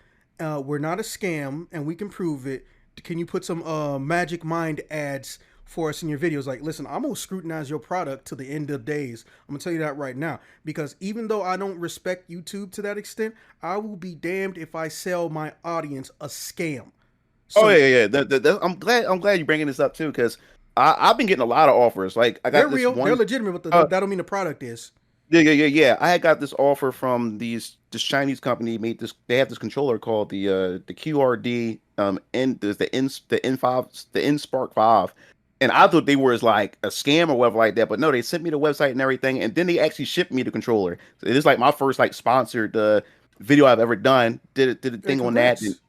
Yeah, thanks. And it was this other company that hit me up. They wanted me to use a screen protector for the PlayStation Portal, but I was like, I don't have a PlayStation Portal. It's like, oh man, we really want to work with you. We seen your channel, we seen your views, and we like the content you produce and stuff. But I ain't had no PlayStation Portal. Then had this other company that wanted me to do like the remote control with your computer control with your cell phone or Mm-hmm. whatever like that. So I'm waiting on a response from that. And then of course Huyoverse, they wanted me to do a sponsored video for Zenless Zone Zero. They hit me up with that. Yeah, this shit Oh, blows my mind. I have more hits yeah. than you, and I have only gotten one, and we play the same shit. And we talk about the same shit, but like I Right. said, I'm not the jealous type. More power to you, my brother. I genuinely mean that. I like seeing anybody get shit that they earned. That's how I feel about it. But the shit don't make sense. So It either don't. there's some type of system that we don't know about where YouTube has you in a more preferred position than me. And Hmm. honestly, I'm not mad. My only issue is that here I am talking about gaming and pop culture, getting people's opinions about gaming and pop culture in the realm of media, television, talking about actors, not stalking them like a paparazzi or TMZ, but talking about their Hmm. body of work, all this shit. And the first person who hits me up is a health food and nutrition company. What? Again, not complaining because I Hmm. do value the concept of physical and mental health. But it just Yeah. blows my mind that not one gaming company has come up to me with shit. Yeah, it just all changed for me when I did that video. We at Western developers versus Eastern developers and how they depict women. How Eastern developers they like when they do the motion capture, the model, the motion cap, the actual actress look like the actual game model. But Western developers, for some reason, just take the woman who looks beautiful, but then in the game she looks ugly as shit. Especially when they do the black women, they make her look just hideous as hell. So I made a video about that. That has over 100 something thousand views, and then Melanie Mack, it blew up because of Melanie Mack. She saw the video. Oh man, Start, I've never seen an idiot that I can't put my finger on. Like I can't tell. yeah. Like I don't know if this has happened to you, but I've actually had this conversation with ex Melanie Mac fans because I'm not gonna lie, I used to be her fan too. Like we can't tell if she's genuinely delusional and doesn't realize she's feeding into ignorance and a lot of racist bullshit, or if she's doing this on purpose like Candace Owens and she just wants to collect a fat check because her YouTube income shrank. We literally don't know if she's just stupid or she's just hiding her Candace racism. Owens, We don't know. Candace Owens. The only thing I don't trust, the thing I don't trust about her is how easily she switched because she was a flaming Oh, dude, lefty. I met her in person. It's just money.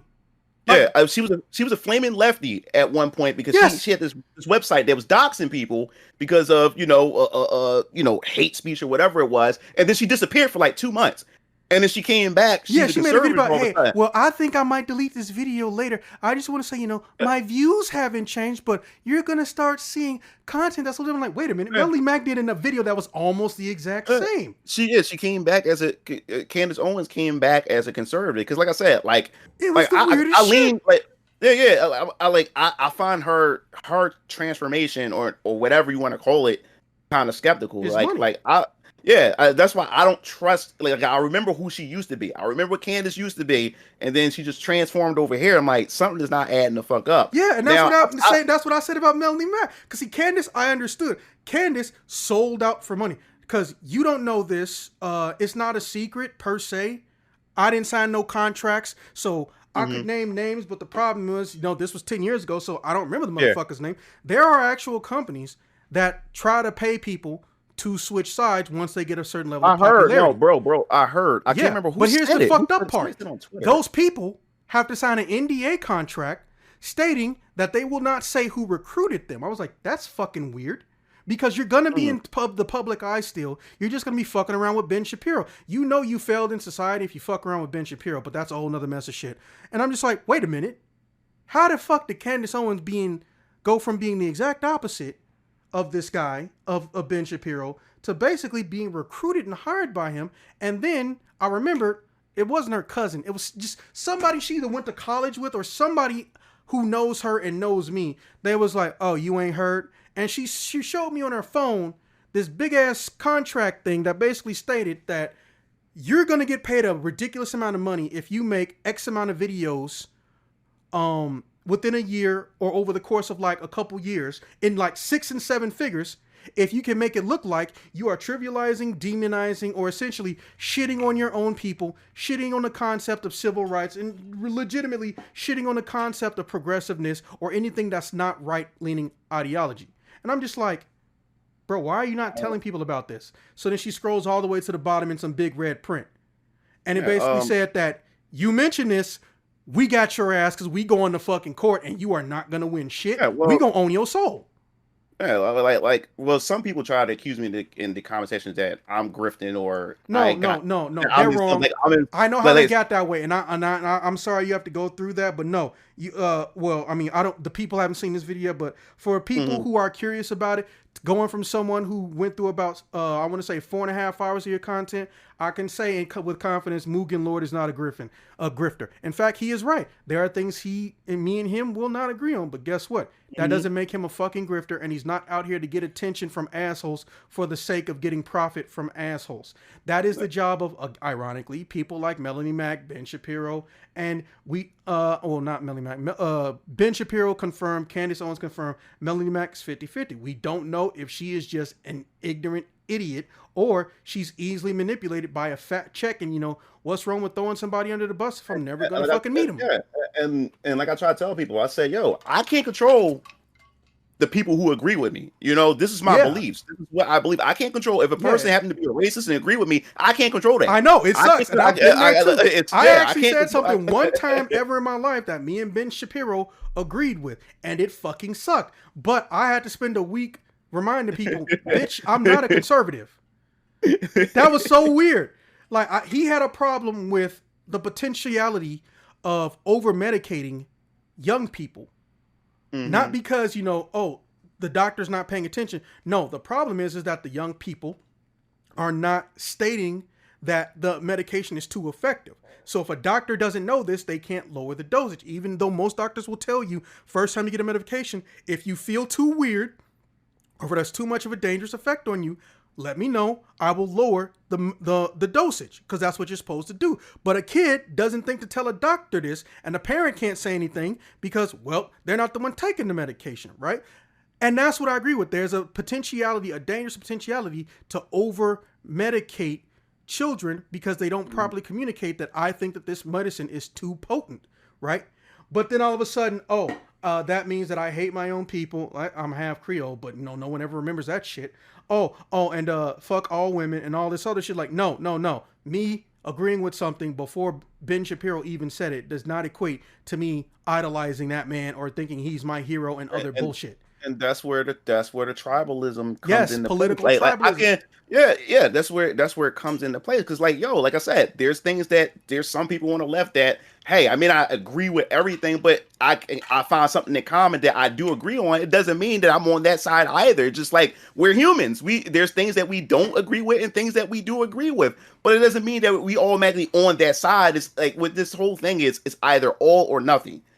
Are you with us or against? If you're not with us, you're us. against us mentality. I fucking hate it. Honestly, that's why I hate enjoy being a progressive, because I can look at anybody and go, fuck you, that's wrong. Well, that's your opinion. No. I stop voting based on how I feel. I vote on what's going to help the collective. That means I have to care about you, your mama, your sister, your brother, your unborn children, and my unborn children, and how we're going to affect their next generation, and other people who we affiliate with as Americans who live in other countries, foreign and domestic, and all this other shit. And then they look at me like I'm crazy. I was like, no, you understood exactly what I said. That means I'm not right, and that goddamn show ain't right, and that means I'm not left. I used to be, but I got saddened and depressed by it, because the first thing you learn, well, when you wake up, or as they say, you go woke, go broke, the more right you try to do, no pun intended, the more right as in morally conscious, left-leaning democratic ideology you try to get to happen, the less chance you have of it happening or being permanent, because someone's always going to come behind you and try to change it, or a corporation's going to go behind you and they're going to pay people to literally cock block you. Like, that's the best way to describe it. They are cock blocking anything that's going to benefit the collective because they care about the business and the wallets that they have from a shareholder instead of the whole fucking nation. And that's why I have the ethos of get money the fuck out of politics. I'm not saying don't make money from your own goddamn job. I'm saying you should not be going to fucking dinner with a CEO of a business company who magically finds a way to give you $2 million, Clarence Thomas, Supreme Court Justice, the dirtiest motherfucker ever. And I'm just like, that wouldn't happen if the entirety of the nation or the political system got rid of the concept of thinking that only two different parties are worth mentioning. Reminder, we have almost 70 political registered types in North America. But who are the only three we've been hearing about? And the third one is really new. It's left, right, and progressive. So here I am over in progressive land, the fucking baby. I'm watching mommy and daddy dysfunctionally fight all the goddamn time and barely get anything done because one's a sellout and one doesn't give a shit about trying to do the right thing if they're going to get paid to look away or they're going to get paid to be a sellout, just like a little old righty. So I'm just like, okay, so if there's 100 Democrats right here, 4 of you are going to be trying to do the right thing. That means that those four people, AOC, for example, now has to worry about fucking 80% of your own base being 50-50 on if they're going to support you, and the entirety of the right coming at you. It's literally an uphill battle. I'm like, we just need a brand new system. We need something that doesn't allot for ignorance, racism, bigotry, and greed. And the only people trying to do anything remotely like that are people leaning far to the progressive side, which is further, if anything, is further left than left can be. And I'm just like, am I the only one person who realized that we can't fix anything if we keep infighting? There will be racist bigots and assholes. Just don't give them a political seat. Don't give them political power. There will be people who sell out for money, kick them the fuck out, or put them in jail. And if we actually did that, we wouldn't even be, I don't even think anyone would recognize America because we'd be such a fucking different country. But Melanie Mack bullshit aside, I guess I should bring this home with how I feel about Mrs. Bond, Miss or Mrs. Bond. I don't know if she's married. So Sarah, let me tell you this right now. Congratulations on your position. I truly respect you not only as an adult, but as someone who literally had to fight internally and externally to get what you got. Because being educated is half the battle. The other half is ignorant perceptions. Because there will be people who will shake her hand to her face and call her out her name the minute she leaves the room. There will be people who truly respect her and they're happy and they know she did a good job and she earned where she's at. But the board or two people above them will decide, oh, she's just a diversity hire, as well as the ignorance online. Speaking of, let me go through your comment section real quick, because there were some people I highlighted, not to make fun of them, because, well, I mean, I don't need to have you here for me to make fun of an ignorant jackass, but because people legitimately don't understand what I tell them when I tell them we got some legitimate disgusting people who are not thinking logically, and they are in fact just bigots and racist. Now, the very first comment that you pinned, Mugen Lord says, what are your thoughts on Sarah Bond being promoted to Xbox Gaming president? Will you give her a chance to prove herself, or is the platform officially dead? Shit you not. First response, I'm not going to give her a chance. I might send a curse out on her if she messes up. From Spirath Kuroto Mama Moonlight. That is a dumb name and a dumb person. They literally are saying, I don't care about her even trying to do her job well. I'm going to send out a curse because that's going to do something. What, are you a witch? Do witches still curse people? I thought they do hexes. Right? Now, let's move on to Master Aussie. ... I can start to see why this country lowering standards on getting through the door. It's not help a brother through merit, nah. It's to help the sister through DIE. And we see how that is turning out in such a disastrous degree. First and foremost, I don't know what he means through DIE. Diverse inclusion and equity. That's the initiative that but here's the problem with this ignorant statement. Number one, that's not how she was hired. Number two, a diversity hire does not mean they got the job because they're not Caucasian, which trying to convince a Caucasian person of that has been one of the biggest mysteries of life that there will ever be. That should be the knife wonders of the world. How are you this stupid? Diversity, for the ignorant, inclusion, equality means that somebody is going to go and recruit people or groups of people who are qualified for a job who normally are not considered because the majority don't know where they are. That's it. It's not, oh, let's go through a Rolodex and let's see whose skin tone is popular this month. Oh, Mexicans are in this season? Yeah, let's go get a random Mexican who doesn't know shit. No, you fucking idiots. And I shit you not. There will be people who make videos lying about how shit works. And it bothers me. This type of ignorance. Moving on. Kendon L. Taylor 51111 states at Mugen Lord, this will not bode well. No basis for that. That's all you got, homie? I mean, at least have one sexist comment. Let's see. Let's just read the next guy just out of curiosity. Game Boy Nitro. This will be the last one because we'd be here all millennium. Last time we put a woman in charge of a big corporation, it destroyed Star Wars and Bud Light. Until BlackRock and ESG is eliminated in this country, I'm not giving any of these hires the time of day. Let me just go ahead and hit that dislike button real quick. I'm just sitting up here like, notice how nothing they said is based in reality. What did you say earlier and I say earlier?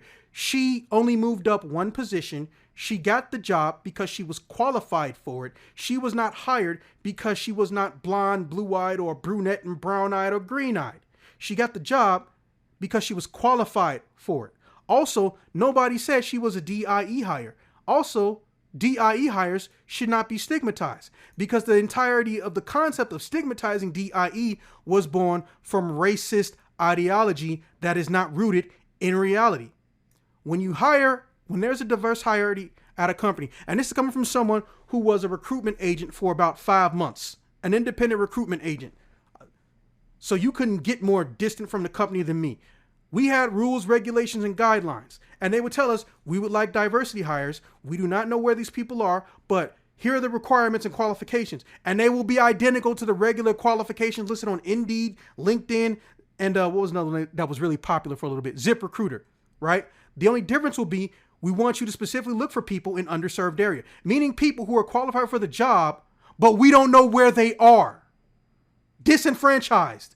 They want disenfranchised people. I swear, if they change the word diversity to disenfranchised, I shit you not, no one will be complaining. And then we go and look for those people. But guess what? They still have to be good at the job. This woman's background, at least according to what I found on LinkedIn earlier, she is overqualified for the position and she actually plays video games. But like you and I both knew before we even knew her name, when we saw that it was a sister, we knew immediately, well, here come the cheatheads. Where the not Klansmen at, what they got to say.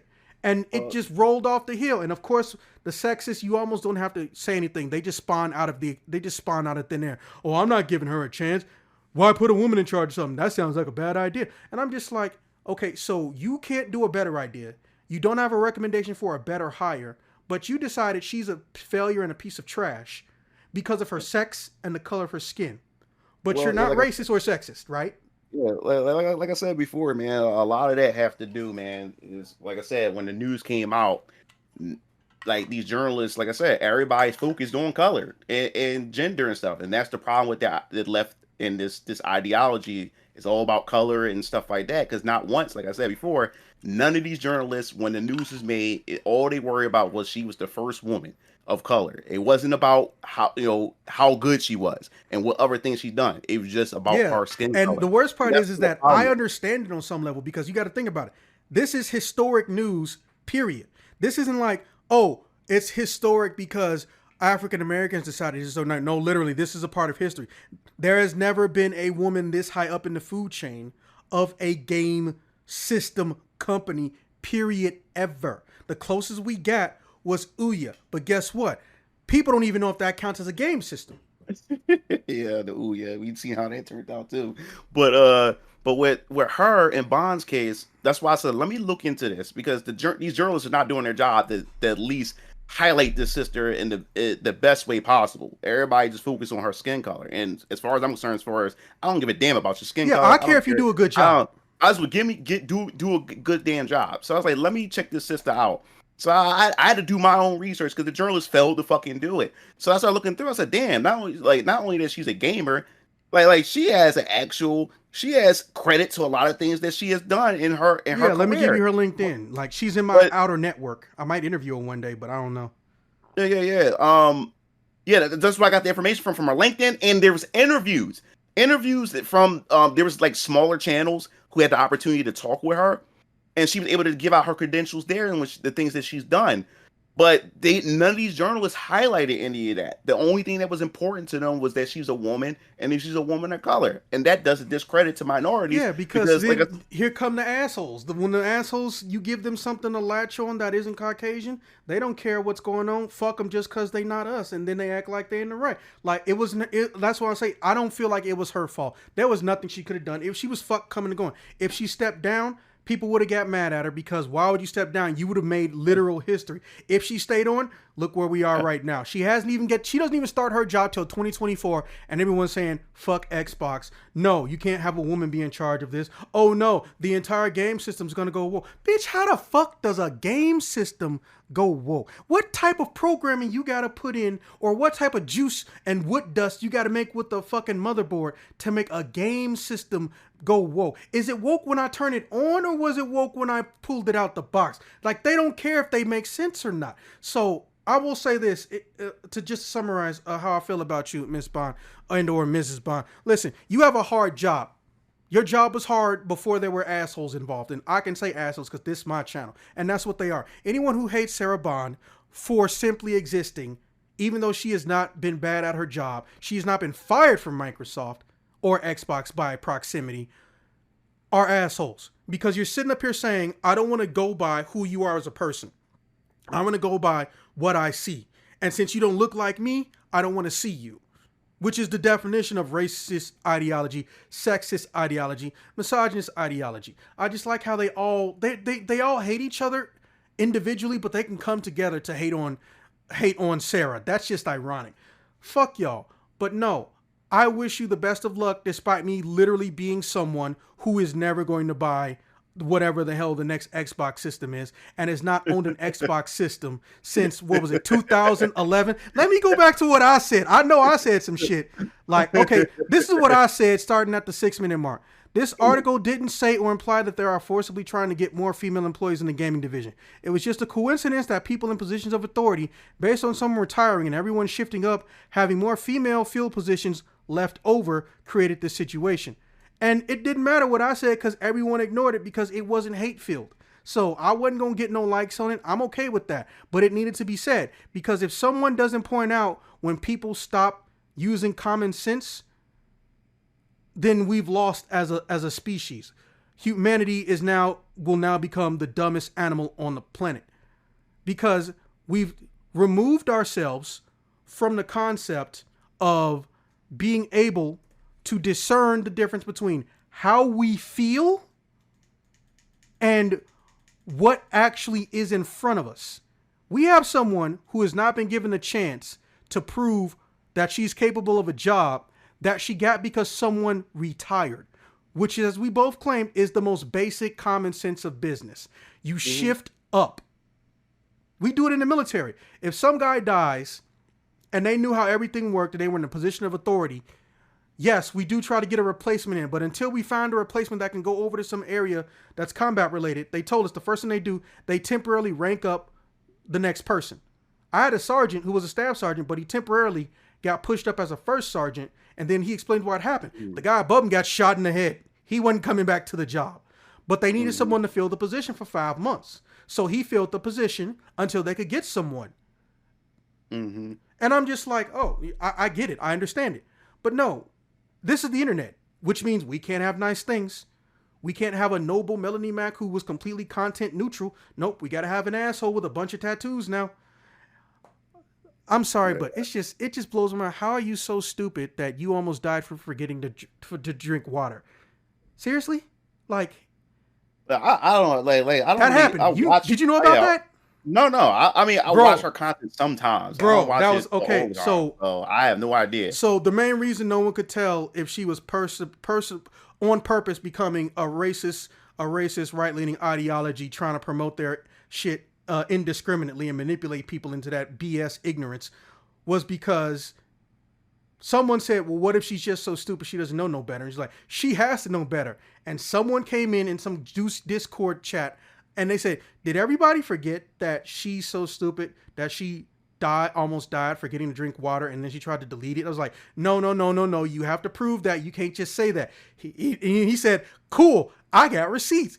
Showed us the entire thing. She even put her own picture of her own IV laying in the hospital. I'm just like, holy shit, she was so dumb. She almost died from forgetting to drink water. I'm just like, you know what? I'm not even going to pick on you. Like, I'm not even going to try to find out and ask you or interrogate your content to figure out. I don't think I care anymore, because I think I'm at a point where, like, much like with Candace Owens, I'm just depressed by Melanie Mac. So I'm just going to unsubscribe from you, dislike you, and I'm going to do the one thing people forget to do on YouTube. If you hate somebody and they keep showing up, right-click the buttons when they're in your drop feed and hit do not recommend channel, or hit not interested in the topic, or do both, and then block that channel. And I'm just like, okay, Melanie Mac is now out of sight, out of mind.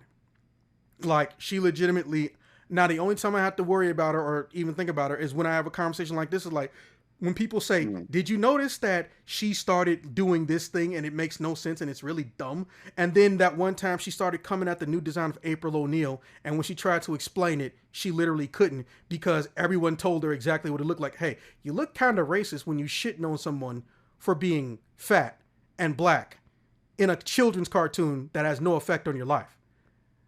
I was like, what the fuck does she do now? And I was like, I watched the video. I was like, oh my God, this is fucking terrible. I'm glad she's out of my life. I don't need that level of, are you or are you not a racist idiot or not? I don't need that in my fucking life. But Sarah now has to deal with these types of people for the remainder of her career. I'm not even joking. If she does well, you know what they're going to say? Well, that's because some man did something, or Sarah didn't do anything. These were already good game developers. She just got out of their way. Or if she doesn't do well, typical black chick, what would you expect? What did you think was going to happen? And then they're going to feel like they're right, and they're going to be confident in their own ignorance and racism. Sarah, I feel for you. I do. Even if I was not partially of your same ethnic origin, I would know from the outset you have an uphill battle. So I respect you for staying, and I appreciate you for making history and trying to do the right thing. Because you and I both know, Mugen Lord, the most important thing you can do as a game system developer or head of a game development team, and you're a part Mhm. of the one that has the systems, is to make products that people want, that are good choices, and make products that people are going to play. Because that is two jobs. Yes, appeasing your overlords is always going to be a thing. That's how jobs work. But she has to have Mhm. three different, essentially three different bosses. She has to have the consumer, she has to have her direct superior, and she has to have the board of it, the board, Mhm. Yep. while she's dealing with the pressure of scumbags. So I respect you. I look forward to hearing good things and great things from you. But I'm telling you right now, I'm not going to play your stuff. But I will support you from a distance because I love the idea of occasionally just diving into a comment section, liking people who, saying, hey, give her a chance. People with the Mugen Lord ideology. Hey, don't be like this. Don't be a hate monger. Don't be an asshole for the sake of being an asshole. But I also like hitting the block button on human pieces of shit. Because if I argue with you, you're just going to get rock hard and you're going to stay in my life and try to be some type of tumor that I don't need. But if I blacklist you, I don't have to think about you and I won't even remember your fucking username when I go to bed that night. She doesn't have that luxury like we do anymore. She has to listen to ignorance. So Yeah. I hope her parents raised her in a positive mindset, made sure she understood, yes, some things will be harder for you because you're a minority. And some people will assume just because you're doing well, it's because somebody pitied you, which first and foremost, that's not even remotely been true for almost every single person who had a leg up. It's most people who got extremely successful is because of some level of nepotism. Contrary to popular belief, even though nepotism is seen as immoral, it's not technically considered illegal in Mhm. it's only illegal on the federal level and you have to prove it, which is fucking hard. So Yeah. most people, doesn't matter if they're minority or not, if you got big in this country, it's probably because of some level of nepotism, or it's because somebody decided to give you a shot. But no, they just decided she got the job because, oh, look, she looks like Nutella. No, no. You are a qualified individual. You are a smart woman. And I hope that you have the strength to deal with the level of stupid that you're going to have to possibly for the rest of your time at Microsoft. And I genuinely salute and respect you. Honestly, even though I'm not an Xbox fan, I'll say this. If I see you in person at E3 or something, I would love to, at a bare minimum, get your autograph or shake your hand if you don't let me interview you. I respect you that much. And I can say that as someone who literally has not owned a system after Xbox 360. And I know for a fact a lot of people can't because they can't remove their own ignorance or bias. So Mhm. that's how I feel. I wish you luck, Sarah. I honestly do. I know you're not gonna hear this, but that don't mean I can't, support you from afar. Yeah, Okay. man. Um. Well, with that being said, Mugen Lord, you want to leave some closing statements and tell people where they can find you again? Yeah, most definitely. Yeah, like I said, you can find me on youtube.com/Mugen Lord, and you can go on Twitter and twitter.com, or I guess it's X, whatever, and /Mugen Lord. And if you have any topics you like for me to cover, I always tell my audience, like, if there's an article that's gaming, but it's also has like a social, cultural aspect that we can, look at it through and stuff, and you want to hear my opinion, you can also tag me or whatever. And as I said before, next year I have a comic book series that I'll be releasing, so you can stay tuned for whenever my campaign that I'll have posted up to let you guys know what everything is all about. So yeah, that's pretty much it. I appreciate you having me on this platform, man. Appreciate it. No, it's fine. And, I'll be sure to link anything you give me. Also, Mhm. whenever the comic comes out, even if you don't want to do the audio drama adaptation or anything, if you can tell me where to buy a copy Oh, or yeah. I send me a got yo. copy, Don't. we can That, literally just do a whole episode devoted to whatever it's about. I look at it like this way. I'm not here on YouTube to get money. I'm here just to talk to interesting people who may or may not think like me. That's what makes life fun. But yeah. if you ever want to come back, you want to promote or talk about something, let me know. Or Oh if you want to yeah. Most join the definitely. legitimate token podcast crew, I got an entire server with other people that have been my guests or the homies that help me out with production. And we got no problem trying to get you in on this shit, man. Just make sure you put the server on mute, because I can tell you a lot of us aren't in the same state. I'm over in Chicago, for example. Mm-hmm. Mm-hmm. And people will make a post at like 5 a.m. because their 5 a.m. will be like your Yeah, 5 yeah, a.m. will be like their 10 a.m. or something. yeah. I definitely understand, bro. Yeah, and I will, like I said, I will make sure you get final approval of the finished version before I upload it. And Mm-hmm. again, if there's any situation where you felt like you misspoke, I will make sure I go in and edit it out. I've got like 6 videos, but luckily because of how I've been doing Zenless Zones shit, most of those videos don't require a lot of editing. I just got to get them done. And this might end up being, the final video of the year. Like, I literally might release this on New Year's. If you want to promote it or react to it on your channel, go ahead. Or if you want to take the footage and do whatever you want to it, you can worry not. I will make sure that I will not, and no one else will try to copyright strike it. Do what you want to. As far as I'm concerned, it's shared footage. Okay. Awesome, Yeah, man. and if you're ever in the state or you at a convention, hit me up. And if you ever want to talk to the general manager of the studio that I fuck with, let me know, because we can definitely get some stuff done for you. Oh man, that's awesome, bro, man. I like what you're doing here, man. I really appreciate it, bro. Yeah, no problem. Like I said, I'm not here to tear down. I prefer trying to lift up. That's the Awesome. studio again. I'm gonna pin it for you real quick. Oh, but Uh, did you want to go into the MVC3 hacked PC mod server? oh yeah, you can send that to me. Oh Yeah, man, yes. yeah, they are some of the coolest people, man. I swear. There you go, Yeah, I've just been hearing about it. Maximilian talks about it bro, and stuff like that, but I bro. haven't really like. I think I'm gonna predict it right now. I think the character you might like the most without even realize it is Asura from Asura's Wrath. Oh And yeah, I saw videos. Somebody was he complete? Did he complete him? yes, Because he's complete I'm now. He's yeah complete. yeah And yeah you're gonna yeah. like stupid Virgil. And I call him that for a reason. Because he's been enhanced with ultra ignorance. This man, he has Yeah. so many moves, they had to put it on a fucking spreadsheet. I'm not joking. No, no, Damn. no, no, no. Seriously. Here's the link. I was playing them all fucking last night. I didn't even get through half. I'm surprised they didn't put Mega Man Volnut in as a playable You character. know someone working on him. They put X in, but they made him work better than the MVCI version. Right. Oh man. Yeah, yeah, this Oh, and Spider motherfucker. and Ghost Spider can get her Venom symbiote suit as a Oh, really? transformation. Really? Yeah, yeah. Yeah, man. Yeah, I got like a Sea Viper being turned into Tifa Lockhart, but since that one's not a Marvel or Capcom character, it's not going to be advertised. yeah, yeah, yeah. But once it's finished and they give me the file, just let me know if you want it, and I'll pass it your way. Also, if you ever want some commission shit done, hey, that can happen. I don't know if you play DNF Duel or not. I got it on PC. Okay, DNF dude. so have Yeah. you seen that Tifa Lockhart mod where she can wear No, her regular and Advent bro, Children outfit? bro. I only have the game. I haven't really played it or Oh, looked okay. into it. Yeah, I've been Well, so out of the loop of fighting games. I've just oh, been see, buying fighting yeah, games there's but too haven't been many. There playing was none, and now there's too many. them. So Yeah, I've what been I, so out of the loop. yeah, bro, I only play 2 at a time because I like keeping my sanity. So, Yeah. but no, with DNF Duel, I realized immediately like half of the cast can be converted into Final Fantasy VII characters. So now Mm, I'm hell bent on making Final Fantasy DNF Duel. So Battle Mage, which comes out on the 18th, it only cost me like maybe 60, $70, and I can get her turned into Aerith. I already had Kunoichi turned into Yuffie. I had wow. Striker turned into Tifa. I can't find a Hmm. good one for Cloud. It's kind of hard. Yeah.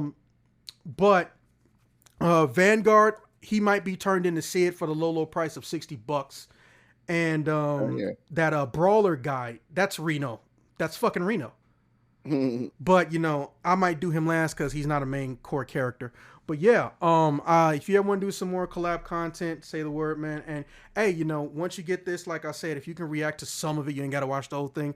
I would love to get some of your audience to bleed over into mine, because I want to see more than one comment per year on a video.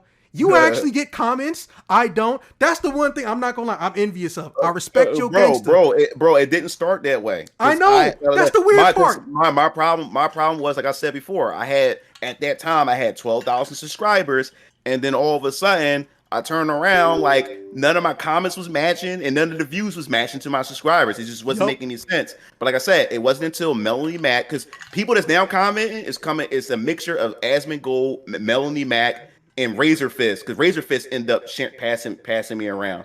And who else passed me around? Hey Solid man, Rev. I hate to Yes, say it, man. I mean, some terrible people in there. Asmon's pretty cool, but hey, yeah, at least you benefited from it in a positive way. yeah, yeah, Because yeah, if an asshole come up too much, you're gonna block him or ignore him. yeah, But yeah, yeah. I'm just mad you have any comments that aren't someone you know personally texting you 40 times over Yeah, yeah, about a dude. video Yeah, you did a year ago. yeah, yeah, and most of them, yeah, and then I have a good portion is from my Discord. My crowd from my Discord is comments and stuff. But yeah, most of it's a mixture across between Razor Fizz, Melanie Mac, Solid Rev, Asmon Gold, and two other big content creators who seen my video. So it's a cross between their people who are now my base, some of my base now. Yeah, I So mean, don't get me wrong. I know that's a very interesting mix, but hey, I respect your gangster. You earned it, homie, and I hope you get nothing but more positive things going on in your future. As long as you don't let this shit get to your head, or you don't oh no, base no, no, your perception of you as a person solely on subscriber count. no, But bro, because yeah, I look forward to seeing what you come up with. If you want to work with me later on, that's cool. If you don't, that's cool too. And yeah, I would just love to actually fucking have a singular comment on my fucking vids. yeah, But yeah, this will be on Spotify, iTunes for the record, and more than mm-hmm. likely almost any other place that I can get a podcast distributed. But obviously, the video version will come out first, just because I know your primary audience is on YouTube, and I Yeah, don't want yeah, to yeah. lean it on my side. It's supposed to lean towards the guest side. But with that being said, thanks for listening / watching, and Mm-hmm. subscribe to the homie Mugen Lord. You'll see right now. You should be seeing his icons and channel stuff show up on the screen, and I will see you guys in the next one. Y'all stay safe, stay woke.